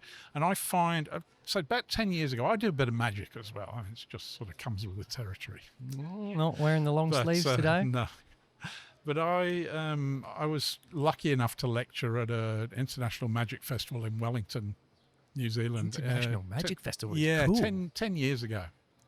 And I was one of the headline lecturers. And all through that magic festival, people were introduced to me, and they were like, "Oh, have you met John? He's a full-time professional magician." "Oh, no, have you?" And, "Oh, have you met Maggie? She's a full-time professional magician." And I got so sick of hearing this full-time professional magician thing that during my lecture, I asked the people there in the audience, hands up if you're not a full-time professional magician. And I would say 90% of the people there weren't a full-time professional magician. And I said to them, that's okay, because I find now with hypnosis as well, I know a lot of hypnotherapists who do it as a bit of a sideline, and they want it to be their full-time profession. And I say to them, just be careful with that, because they want to give up their day job to become a full-time hypnotherapist. And what happens there is it becomes your day job, because you have day job mentality. You're in that trance, like you say, you set your alarm, you get up, you've got that mentality. And I've been there, and I've been fooled by that so many times that you go, this is what I want to do now. And then you do it and you go, oh no, I've done it again, haven't I? Now I've got this as my day job. And what happens is you lose passion for that thing and you want to move on. 100%. So if you want to keep the passion there, you don't have to make it your full-time thing. Keep it trickling and try and expand and try and find some other things you can do. Yeah. I mean, look, and on that, I still love this thing, and I still wish I could keep it going. But I know that how well I do at things when I focus solely on them. Yeah. And it's like I just don't believe in this age of doing everything. I'm not suckered into the marketing today of being the perfect parent and while being the best entrepreneur, while being like the community person, while being the pastor of your church. You know what I mean? This person doesn't exist, and if they do, I know they're miserable in some area of their life. They have to be. Yeah. Like you're letting to hold yourself to this high standard in everything you do is kind of like, what are you sacrificing? Yeah, but I guess if you look at it over the period of a lifetime, and somebody that has done lots of different things, suddenly that's something to admire. Absolutely. I agree. That we use this phrase, jack of all trades, master of none, which I hate, because that's sort of saying that you can't be a jack of all trades. You have to be a master of at least one of them. You're really right, though. And so I look back, I mean, I'm 41 now. Mm-hmm. I'm looking for the funky glasses, by the way. I'm wearing the funky glasses now. And we need to pop one of these. Oh, yeah, definitely. It's Christmas. So I'm thinking back to, I'm 41 now. When I first came back to Melbourne, I was 25. Okay. I was 25. Here you go. Thanks, mate. We'll pop them with you. One for you. And one for you. I'm all right. On the counter already. When are you doing it? On 3. On 3, all right. We didn't. Hold on. On 3 or after 3? Wait, 1 sec. I'll do the countdown. 1 sec. Thank you to the audience that's been here with me for 106 episodes. Beautiful. It's been a great podcast. I've enjoyed every minute of it. Thank you to the people who are walking past and said hello. I'm ready to move on to the next chapter. Let's 1, 2, 3. On 3. 1, 2, 3. Woo! Oh. You got to keep 3, man. Hey. Beautiful. At least we. 106, brother. Thank Appreciate you. it. Cheers. Nice to meet you. Nice to meet you. None of us immaculated prematurely. I was a bit delayed, I think. Yeah, we all, because the strings. It was a lot tighter than I thought it was going to be. Hey, that's usually no. Anyway, let's not end. Still on got that. it. Let's not end. Still on got that. it. No, we weren't ending. We were just taking a moment because Excellent. I was 25 when I wrote the lines for Chocolate Dreams, my children's book. Okay. It's about believing in the magic of your dreams. Yes. You know, and Yeah, I wrote it for my, well, she was less than 2 at the time. Okay, beautiful. You know, and I wanted to do something special for her because I'd just moved away. So, and now I'm 41, and I'm like, okay, well, I self-published a children's book that people still will message me occasionally and say it's their kid's favourite book. But I mean, people bought it for their parents. You know, people loved this thing. It was a really special project. I illustrated it using real chocolate. Okay. The artwork is really unique. It was all hand done. I did everything by hand. Wow. And so you did all the illustration yourself as well? I hand wrote the words inside the book. Wow. You know, stunning project. Like, and when I look back at it, I go, ooh, I put my best foot forward. You know, and then when I look at the skate lessons, you know, I started them for free. I eventually moved on to Airbnb. I was doing them for free for a whole summer. Yep. And then I had that little period where I didn't know if I deserved to charge for it because I had been giving them away for free. So I started at $20, and then eventually when I finished, I had charged $90 per person per hour for a skate lesson on the beach. Wow. And I was doing couples, so it was $180 an hour. Nice. You know, like, blew myself while maintaining 5-star reviews, never anything under a 5, right? Again, incredible. The podcast, right? So over a lifetime, I'm like, whoa, now you're 41 and you've done all of these things, and now 106, it's like, you're good, you're ready. That special thing is waiting for you. Yeah. Because you've got all of that experience, you've got the commitment of the book and seeing it through. Despite getting 3 years in and going, your illustrations suck, it start again. Scrapped all of the work and started over and finished it. You know, I got to, 20-something episodes of this podcast going, oh my God, this is so much work. How am I going to continue this? And found a way to make it to 100. Yeah. You know, and then also had that other project where I managed to deliver at such a high level that I was, known for it. People that said I never would have booked a skate lesson in my life because I've had a fear of skateboards, but I saw your reviews and I booked it. So it's like these things over a lifetime kind of like look pretty good on the eulogy. Yeah. You know what I mean? So are you searching, do you think, for the one thing, or are you just searching for the next thing? Oh, I think the way I see it, it's the next thing. Yeah. The one versus the next. Yeah. There's a big difference, because you said you know that if you give your 100% focus to something, then you do a good job of it. So you don't want to divide your attention. However, there is a limit to the amount of attention that you can give over time. Yeah. So what I mean by that is that I'm not married to the idea of the next thing being the last thing. Hopefully it won't be. Yeah, but I know that I need to sacrifice the other things to make sure I give that its full attention, so that I can learn as much, acquire as much knowledge, insight, and give as much value as I can in it. Yeah. And we've all seen a tired entrepreneur, and we've worked for them, and a tired teacher. We've all been in the classroom of a tired teacher. Yeah. Did you ever, when you were at school, do you ever remember having like one teacher that was like special? They just looked a little bit more energized than the others. Oh, absolutely, yeah. I had one, Mr. Clerks, my Year 7 maths teacher. Yeah. This guy was special. I was his Bridges best student. was mine. Mr. Bridges. Yes. And what did he teach? I don't even know what he taught. You can't remember? No. You were just like, Mr. Bridges is such a good teacher. He was awesome, and it was about his energy. You didn't learn a thing? He had a thick Yorkshire accent. Didn't learn a thing. What's that like? Good. How do you do a thick Yorkshire? Oh, all right, lad. Oh, that's a good one. I like that one. Yeah. That's like the one off Game of Thrones in that. Yeah. Well, I'll get to foot our stairs. That kind of thing. We're not going to war. Something like that. I had no idea what I just said. But Mr. Bridges, Mr. Clerks, really they're special. And you know that. You know that they're giving their thing 100%. Yeah. You know what I mean? I do. However, I went back to my school after about 7 or 8 years away, and they're like, oh, so what are you doing? And I said, I'll tell you what I have done since leaving school. And I started listing all the things that I'd done since leaving school.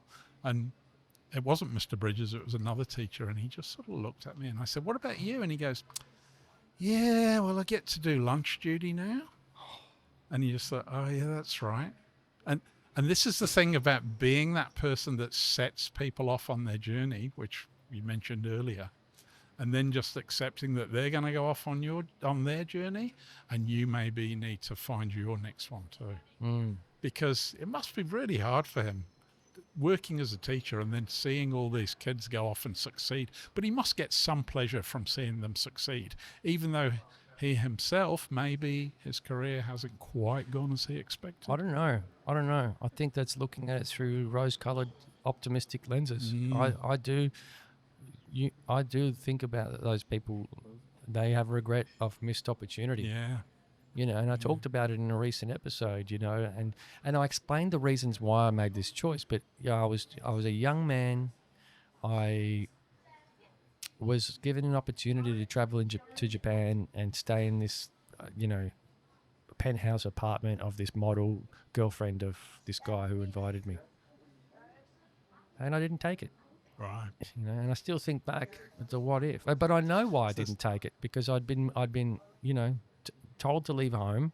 I had forced to now fend for myself. I was just still in the beginning stages of that journey.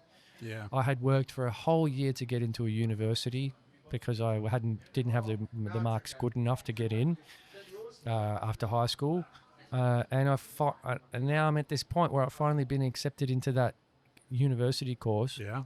And it's about to begin, and this guy gives me this offer that was too good to refuse, but I refused it anyway. And so I know what it's like to live with some kind of like what if. Okay. And I'd look at those teachers and I go, oh, you were a great musician. You were in a band. Yeah, right. Now you're a music teacher that does lunch duty, for example. Yeah. And I know that somewhere along the line, things didn't quite work out with the band. The lead singer got a girlfriend and fell in love and had a baby and then got a job as an accountant. There you go. And obviously all these stories are hypothetical, but Yeah. I look around and I go, no. We got to come clean. When we didn't take that chance, we got to make sure that we tell our young people that there's going to be a fork in the road for you. Yeah, absolutely. And it's my responsibility to tell you that I chose the path that I took. Yeah. And I look back and often wonder, Yep. you're going to get to that same junction one day. And you've got to go with your heart. What's going to lead to the best adventures in your life? Yes. The greatest stories, the triumphs, because they're both hard. Yeah. Here you've got, as the artist, you've got the stories of the highs and the lows, the sleeping on floors and couches or park benches, and hustling away at your dream to get that career. Over here, you've got the comfortable salary and the roof over your head, but the regret of not following your heart. Yeah. They're both tough. You choose your heart. I think someone said it on the podcast. Choose your heart. Yeah. But there is such thing as balance. You can kind of.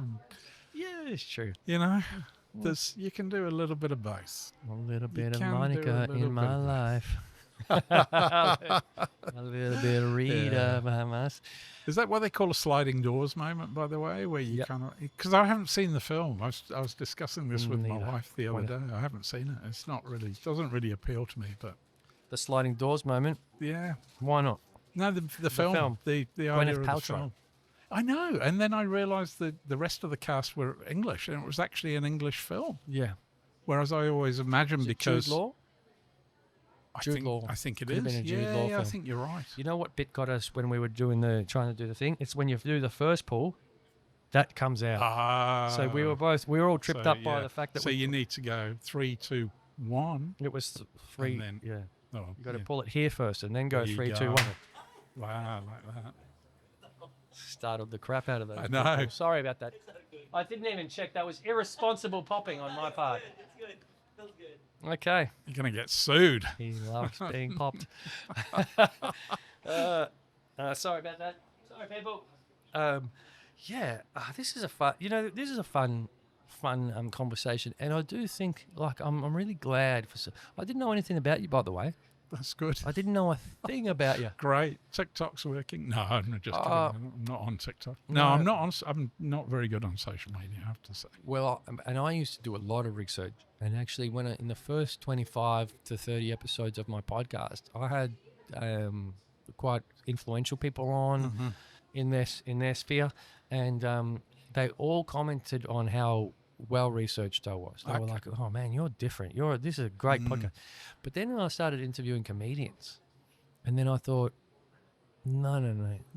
I reckon these people are all sort of great in the moment. Yeah. That the less research I do, the better. Yeah. It's going to give them an opportunity to just open up. Yeah, and then you meet people at face value, you know. Yeah. Yeah, I agree. So then for the last 25 episodes, I've done basically no research on people.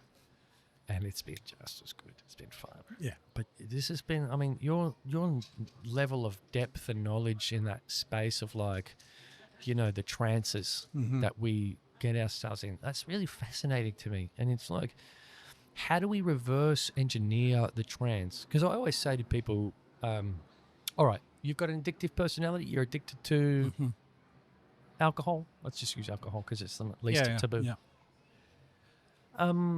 Okay. Now you know that you've got an addictive personality. So now you've got to work with it. Work with your addictive personality. Because even though that's not the perfect way of dealing with the solution, it's a good way of dealing with it. Go and get addicted to working out at the gym. Yeah. You know, and so I try and reverse psychologize myself. Yeah. Into positive habits. Yes. Because I know that I don't have the advanced level of skill and structure and discipline in order to, be that level of entrepreneur or whatever it is that I imagine myself being. So I just learned how to trick myself into daily habits by maybe making a list and getting dopamine hits from ticking all the things off. Yeah. Yeah.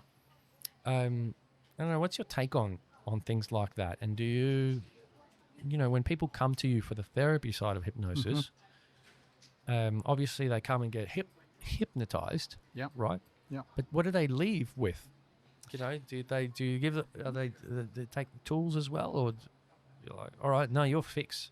You're fixed now. Go on free. It depends, really. It depends on the person that's in front of me, and that's the other thing is it's a bit like taking people at face value. You try not to judge, even though you know what generally their complaint is that they're coming to you about. You try not to research it, because if you do your research, you're going to end up finding a script, and then you'll just get to close it. You'll hypnotize, and then you'll just read the script.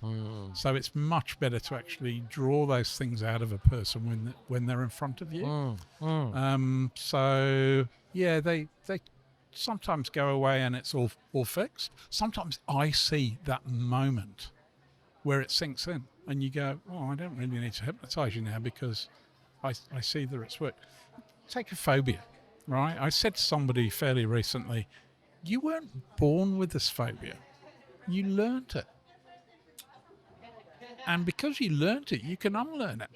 And it was just like you could see the moment of clarity hit them. And really just by them realizing, oh, well, he's right. I did learn this at some stage. So, of course, I can unlearn it. There was very little I could do after that. I mean, I did. I carried on because part of the expectation on their part was that I was then going to put them into trance and give them some tools to deal with it. But I realized at that point a lot of the work was already done. Yeah, interesting. That's interesting, because you still got to deliver on the expectation so that you do, because just as simply as those suggestions can take effect, they can be reversed as well. And it can be as simple as somebody going, I got hypnosis today to quit smoking, and then somebody going, oh, hypnosis doesn't work. And the biggest problem I find is that there are some hypnotists that will hypnotize somebody. Let's stick with smoking, and they'll say you won't experience any craving. You won't experience any craving with the methods that I'm using.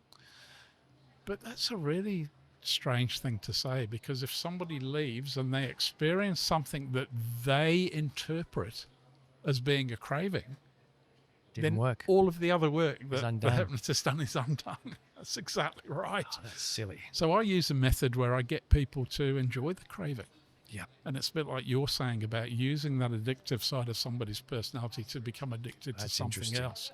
So you go, that feeling that you get that you're interpreting as a craving, what that actually is that's the nicotine leaving your system. Now, I smoked for 30 years.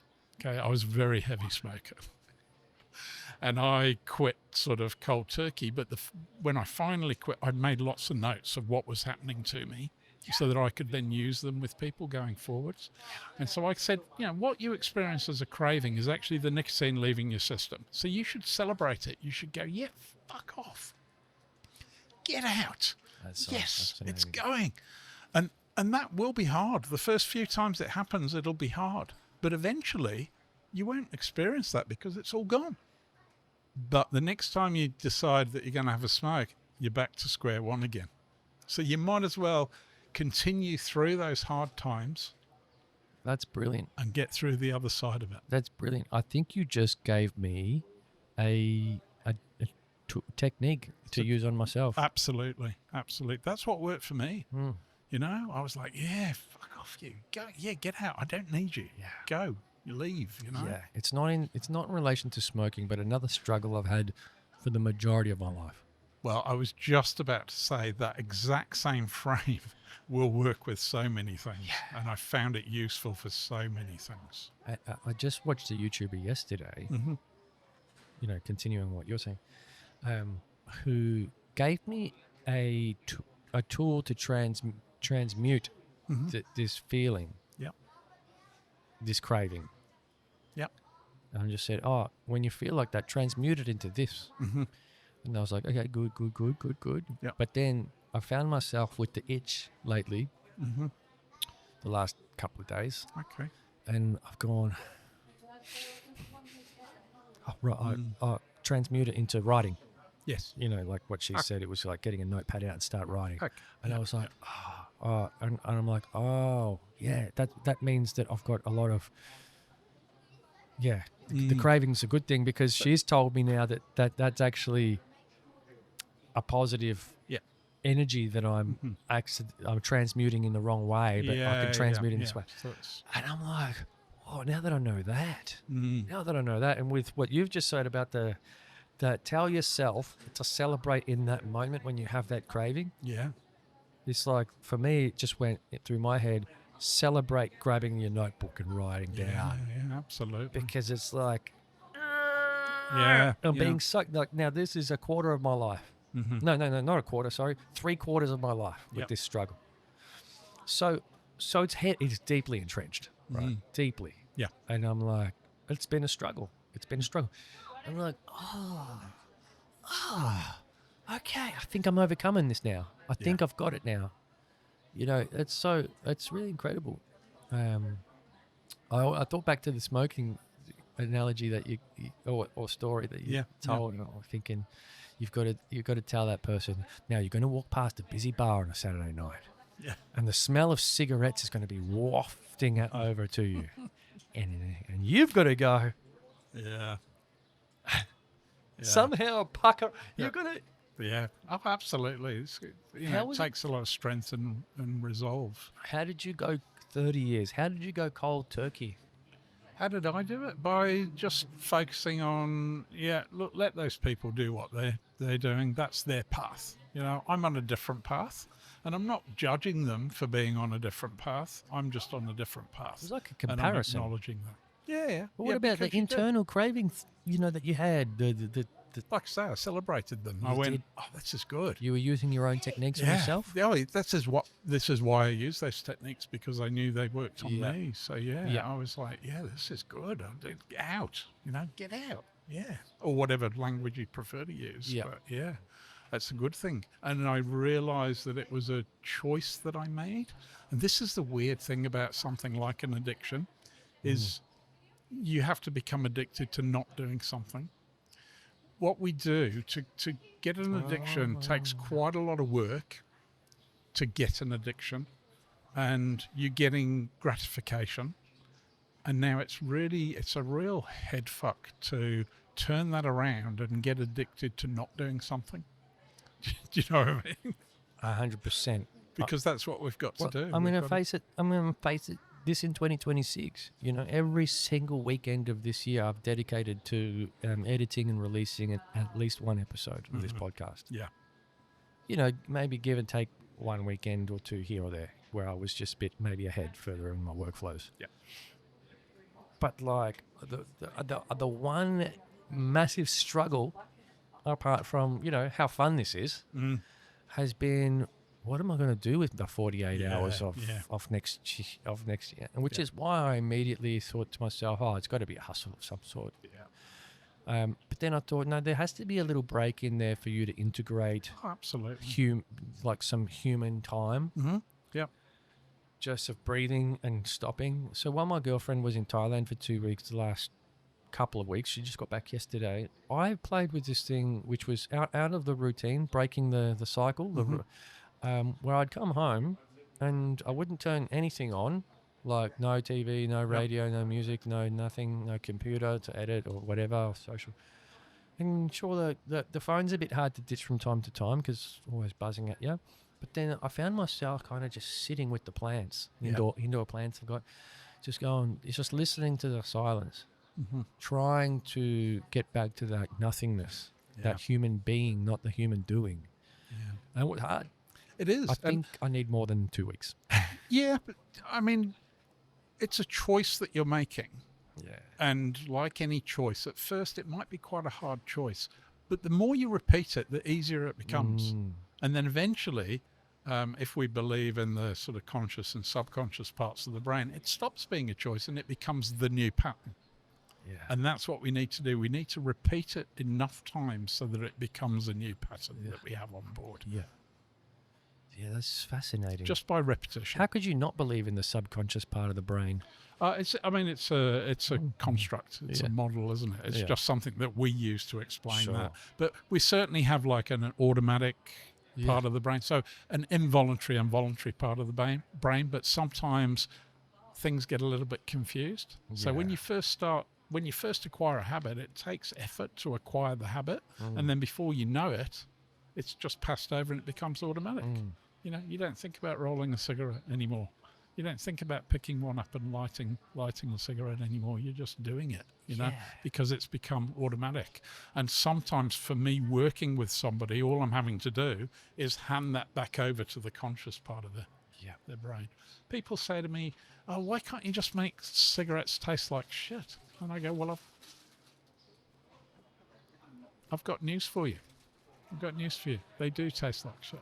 They do. But we've trained ourselves because of the little bit of pleasure we get out of it. We've trained ourselves to enjoy it, to like it. Yeah. And if I made it taste like shit again, it wouldn't be long before they would just pick it up again because they'd forget it tastes like shit. Yeah.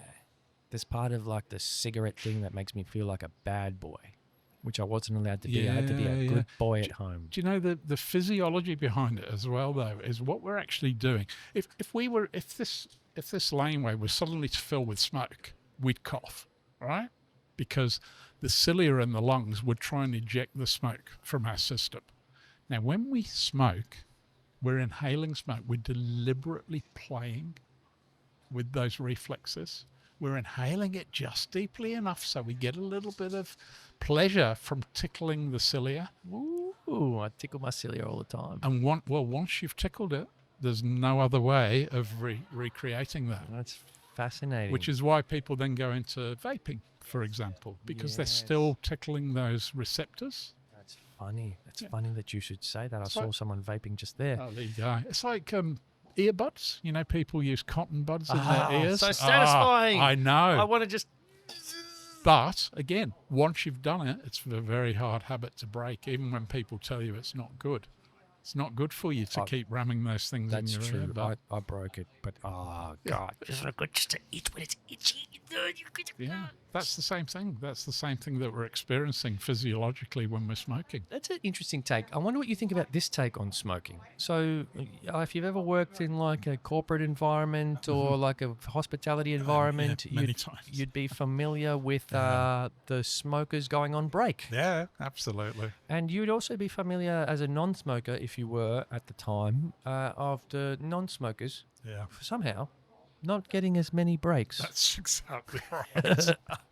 So what I used to do was still go out and have the smoko with the smokers. Yeah. Yeah. So, and they'd be like, Reg, it's not a cigarette, mate. What do you mean it's not a cigarette? Yeah. But just to go out and hang out, because then that also proves to yourself that you've beat the habit as well. If you can still go out and hang out with the smokers. Yeah, well, I did. I used to. And then I started smoking. Yeah. I'm going to go out with the smokers and talk to the smokers. Yeah. And then I was like, can I have one of those? Yeah. Especially when I was stressed. But I also say to people, actually, you know what's interesting? Like, you and I don't sit here. Actually, and I think I learnt this from when I started doing yoga quite intensely. Mm-hmm. How often does a human being sit down and just go and take a full deep breath into their lungs? Now, I know I did it in yoga class, but I can guarantee you those smokers are doing it too. Oh, yeah, absolutely. Yeah. Smokers are probably the healthiest people in society, people. Now, hear me out. Yeah. I'm waiting for it. If it's if it's good for us, as according to my yoga teacher, to slow down what we're doing, walk away from the computer, take a deep breath into our lungs and breathe out, Yeah. then I can guarantee you, and I'll take back what I said, it was just a joke. Yeah. But smokers are actually doing something healthy in that moment. They're doing quite a number of things. Yeah. Because the non-smokers are still at the computer. The smokers have come out, they're getting fresh air, they're getting sunlight, they're getting social time, and they're the only ones in the office that at some point throughout the day, unless there's a yoga person in there, is taking a deep inhale into their lungs, even if it is tickling their cilia, and exhaling out fully. Yeah. People haven't thought about that. That's powerful. That's powerful. So we should all be doing it. We should all. There we go. Taking the break anyway. I think there's a thing called oxygen that tends to play a big role in that. Yeah. I think if you're breathing in carbon monoxide But the reason I bring this up is because people aren't talking about the healthy benefits of the habit of the activity associated with smoking. Oh, look.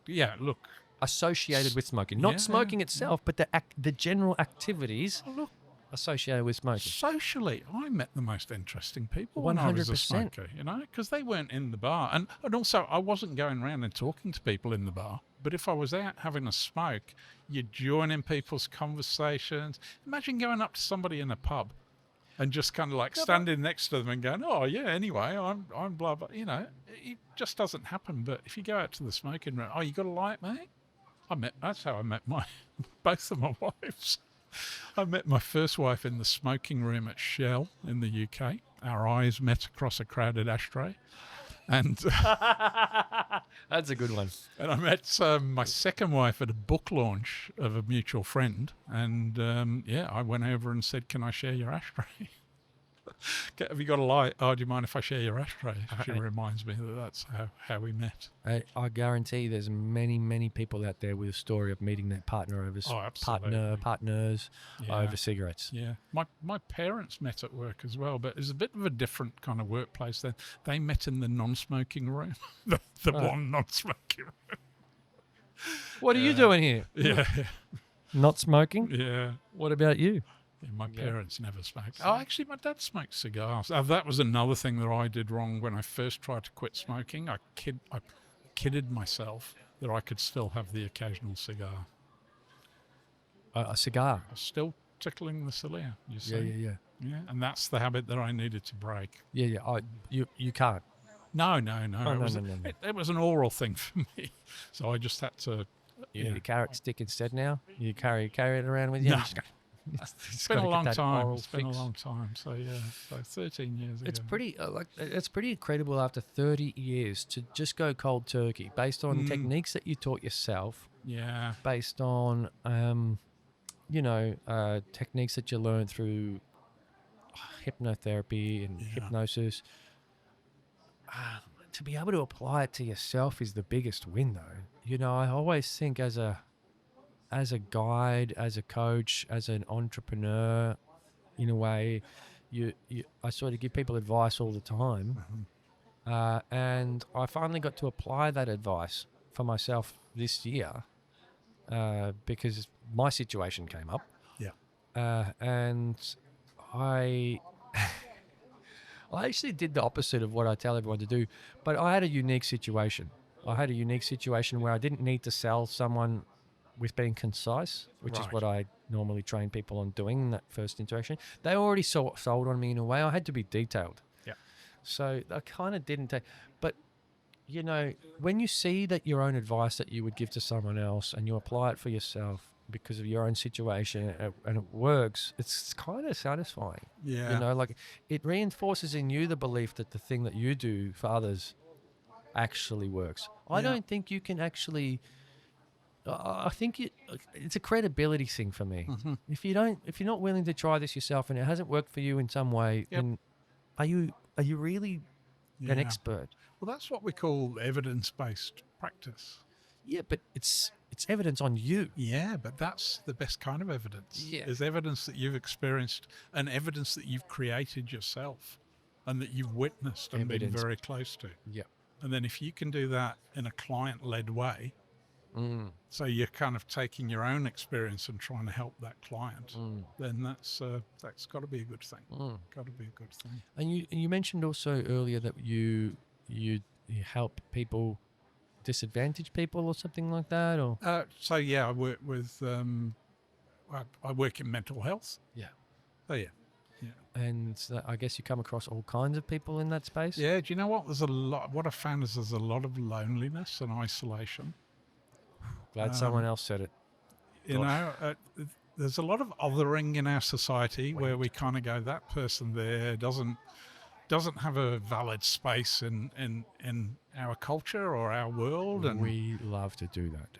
yeah, we sure do as We've humans, got some don't we? weird moral superiority complex. Yeah, Not us.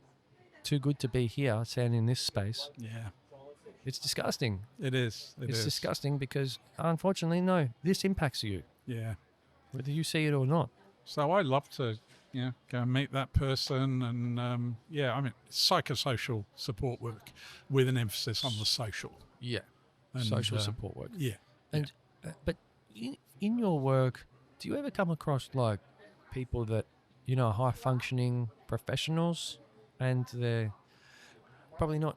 Not so In the much social- me, no, yeah. not so much. I've got some people who have been and have maybe experienced some sort of trauma which has brought on some other effects.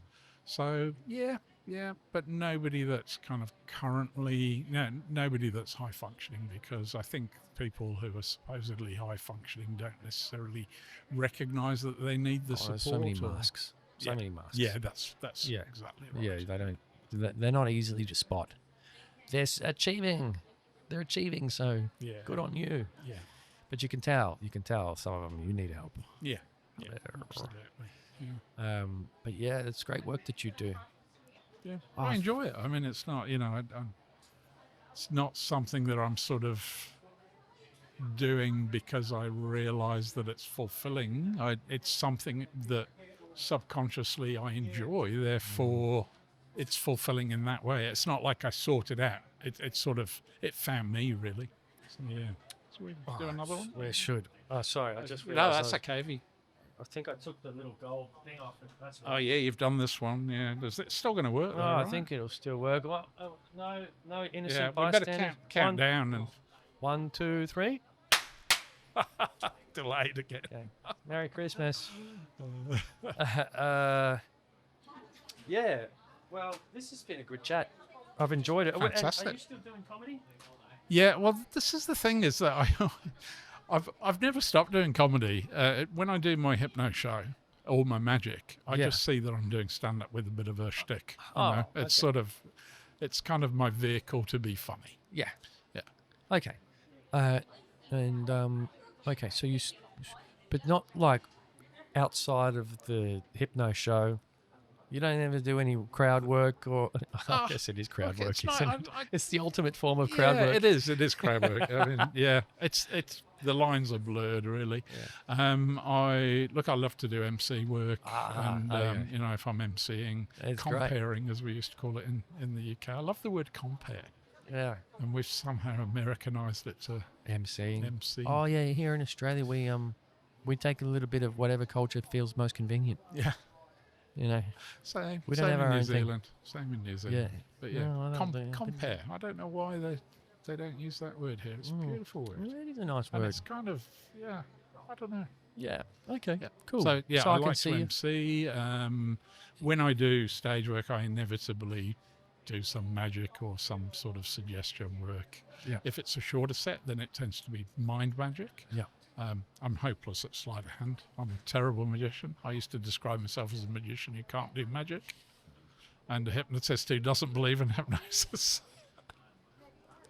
But yeah, so That's good. You've got the skeptic relatability happening there. That's how Yeah. you sneak on in through the back door of the that's conscious. right. That's I'm right. with you. I don't think this stuff works. Yeah, Dance like a chicken. yeah, Suddenly they're going. It's like, how'd you get that? yeah. It's like when I used to smoke, and when I was still smoking and doing shows, people would come up to me in an interval and go, "Hey, hang on, what are you doing smoking? You're meant to be a hypnotist." I go, "I don't believe in that shit." Meanwhile, there's people kind of going around shining people's shoes and taking notes of what underwear they're wearing, That's funny. whatever little job I've set them in the interval. That's very funny. That's very funny. All right. Well, maybe it's a good question to ask. So you know that I'm about to go through this transition from going to doing something like this to doing something I haven't quite, I'm working it out. Yeah. You got any advice for me, chap? So, as a man, 1-to-1. you know how to set goals. Just make sure you're setting achievable goals. Yeah. Anything that needs breaking down, break it down into little chunks. Try and do something every single day towards that goal. That would be my biggest piece of advice. The other thing is be aware of things that you can do in parallel. If you imagine this as a Gantt chart, a project chart, there are some things you can do at the same time. So just, don't limit yourself to doing one task towards achieving your goal. There are maybe some concurrent tasks that you can do. Also, look out for dependencies. Yes. So I can't actually do that until I've done this. And make sure that you put the foundations in place before you build the walls. Yeah. And build the walls before the roof goes on. That's a good advice. I think that's, having that Just checking I level of recorded this. awareness. Just making sure I recorded that. So just making sure I recorded it. Oh, here, what was here, it? here. The advice that you gave. Oh, sorry, good. I haven't been writing it down. Oh, no, okay. It's a bad podcasty joke. Yeah. But yeah. So that would be my advice, really. No, that's good. Yeah. I think I struggle with, I think I struggle with goal setting a little bit because, like a lot of what I've done over the last 15 years, maybe my whole life, has been so much based on feel. Mm-hmm. And go. And I think in this latest job that I'm in, I've taken a lot of those feelings and built some structure and framework around them, which are what's now sort of propelling me to think, okay, I've actually built something here that's repeatable. Yeah. But before that, so goal setting hasn't been a major strength of mine because I have focused on like going with my gut. Like, how does this that next step? What do I do now? What feels like the right thing to do here? Yeah. I've got to a point in life where it's worked so well like that now, like I said, I'm confident to be able to have a framework that now I can sort of plug and play and set some goals around. So it's going to be a new skill to exercise, to set goals. I mean, this podcast was a goal. Yes. I set a goal of delivering 40 episodes this year. Yeah. And by the way, this will be episode... 106. yeah, and this year I started... Dan's was 54. That was the end of last year. Yeah. So that'll be 52. That's weekly episodes. Yeah. So I set 40. I've beat that by 30%. Yep. Amazing. So I know I can set goals and achieve them Yes. and smash them. So if you're the sort of person that goes with a gut feeling, what you can actually do is you can create that gut feeling. Create the So gut feeling. as part of setting yourself a goal or doing something towards that goal, engage your emotions. Yeah. So engage all of your senses as well, Yeah. and really put some passion. People are always telling, especially as men, they're always saying, "Oh no, keep a lid on your emotions, mate. Keep your enthusiasm down, or curb your enthusiasm." Yeah. Where actually that's bad advice. Yeah, keep the enthusiasm there. Engage your senses. So hey, what's this going to sound like? What's this going to look like? What's it going to feel like? And actually use those when in conjunction with your kind of boring, I like that. linear goal setting. Yeah. Yeah, because then it stops being linear and it starts to be more spatial. That's what it's. I think that's the best advice for someone like me. Because I tend to think of it as structured and linear and boring, which is why I sort of I've avoided it in a way, but also because I haven't felt like I'm the expert. Is like, okay, well, I want to be the expert. What feels right? But then it's like, well, how do I take that what feels right into a structured thing that I'm delivering for someone? And am I going to lose the enthusiasm that drives me through the process? Because the enthusiasm and the passion is what drives me through uncertainty. Yeah. Where I haven't set goals. And what's interesting is I wasn't going to give you that advice until you said about, I do it by gut instinct. And then that said to me, okay, so this is somebody that needs to engage those feelings and the gut. And I can still do that whilst having a structure that I'm working towards. Absolutely. See, I've never made that correlation. Yeah, and in some ways it might dictate what that structure is, and that's cool too. Yeah. Well, I'm sure there'll be lots of learnings. I'll have to I'll have to seek your guidance. Please do. At that point. And where can people learn about your work that you do? Clever Klutz will find me. Yeah. So Clever Klutz with a K. So Clever Klutz. Klutz. Yeah. Clever Klutz. Clever Klutz. Yeah. You are Clever Klutz. Is that what you call yourself? Yeah. Yeah. So I'm very clumsy. You are? Yeah. I've got poor coordination skills. I've actually got DCD. They call it in Australia, developmental coordination disorder, dyspraxia. I'm aware that you trip over stuff. Yeah, all the time. Oh man, that must be hard. Yeah. Sorry. No, it's okay. Yeah. Like, so you develop strategies. I've had it since I was a kid. Okay. And, I didn't know I had it. When did you find out? My daughter, I have to be careful here because my daughter says, no, I was never diagnosed with it. But when my daughter was at school, they sort of floated the idea that she might have dyspraxia. And I said, what do you mean? And they described to me what it is. And I said, oh, that's ridiculous. Like, I was terrible at sport. And they went, mm-hmm. And I said, oh, look, I was really clumsy as a kid. And they're like, mm-hmm. It's like, it took me ages to learn how to ride a bike. And they're like, mm-hmm. And I went, oh. And suddenly all these things started to make sense.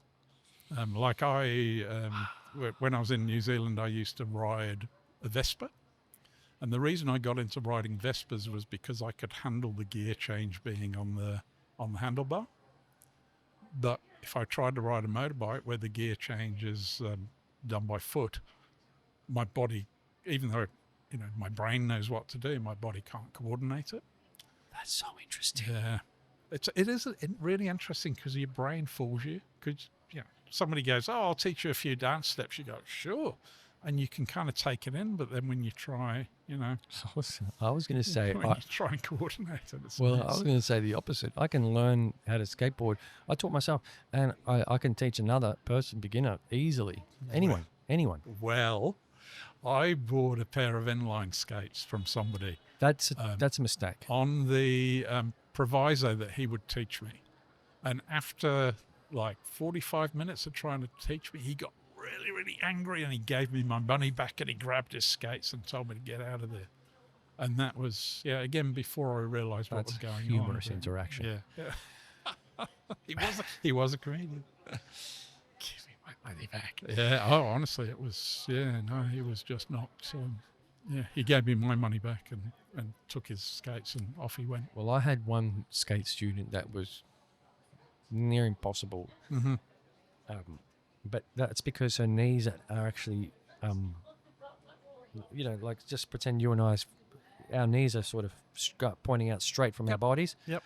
Her knees are pointing inwards about 30 degrees. Okay, sure. So she actually looks like she's walking quite normally, but no one noticed any of this until I was like looking at her feet position on the skateboard and her inability to get her foot straight, which is what I taught everyone: straighten your foot. And everyone got it, but I was like, "What is going on here?" And then I had to study her body mechanics, and I was like, "The knee's twisted. Something physical, the foot in the straight position is the knee's not in line with the foot." And I was like, "Oh dear, I've met my match." There you go. I said I could teach anyone, but I can't teach someone that has a physical anomaly. Sure, But you did. You managed to. Yes, but I recommended skateboarding wasn't for her. Right.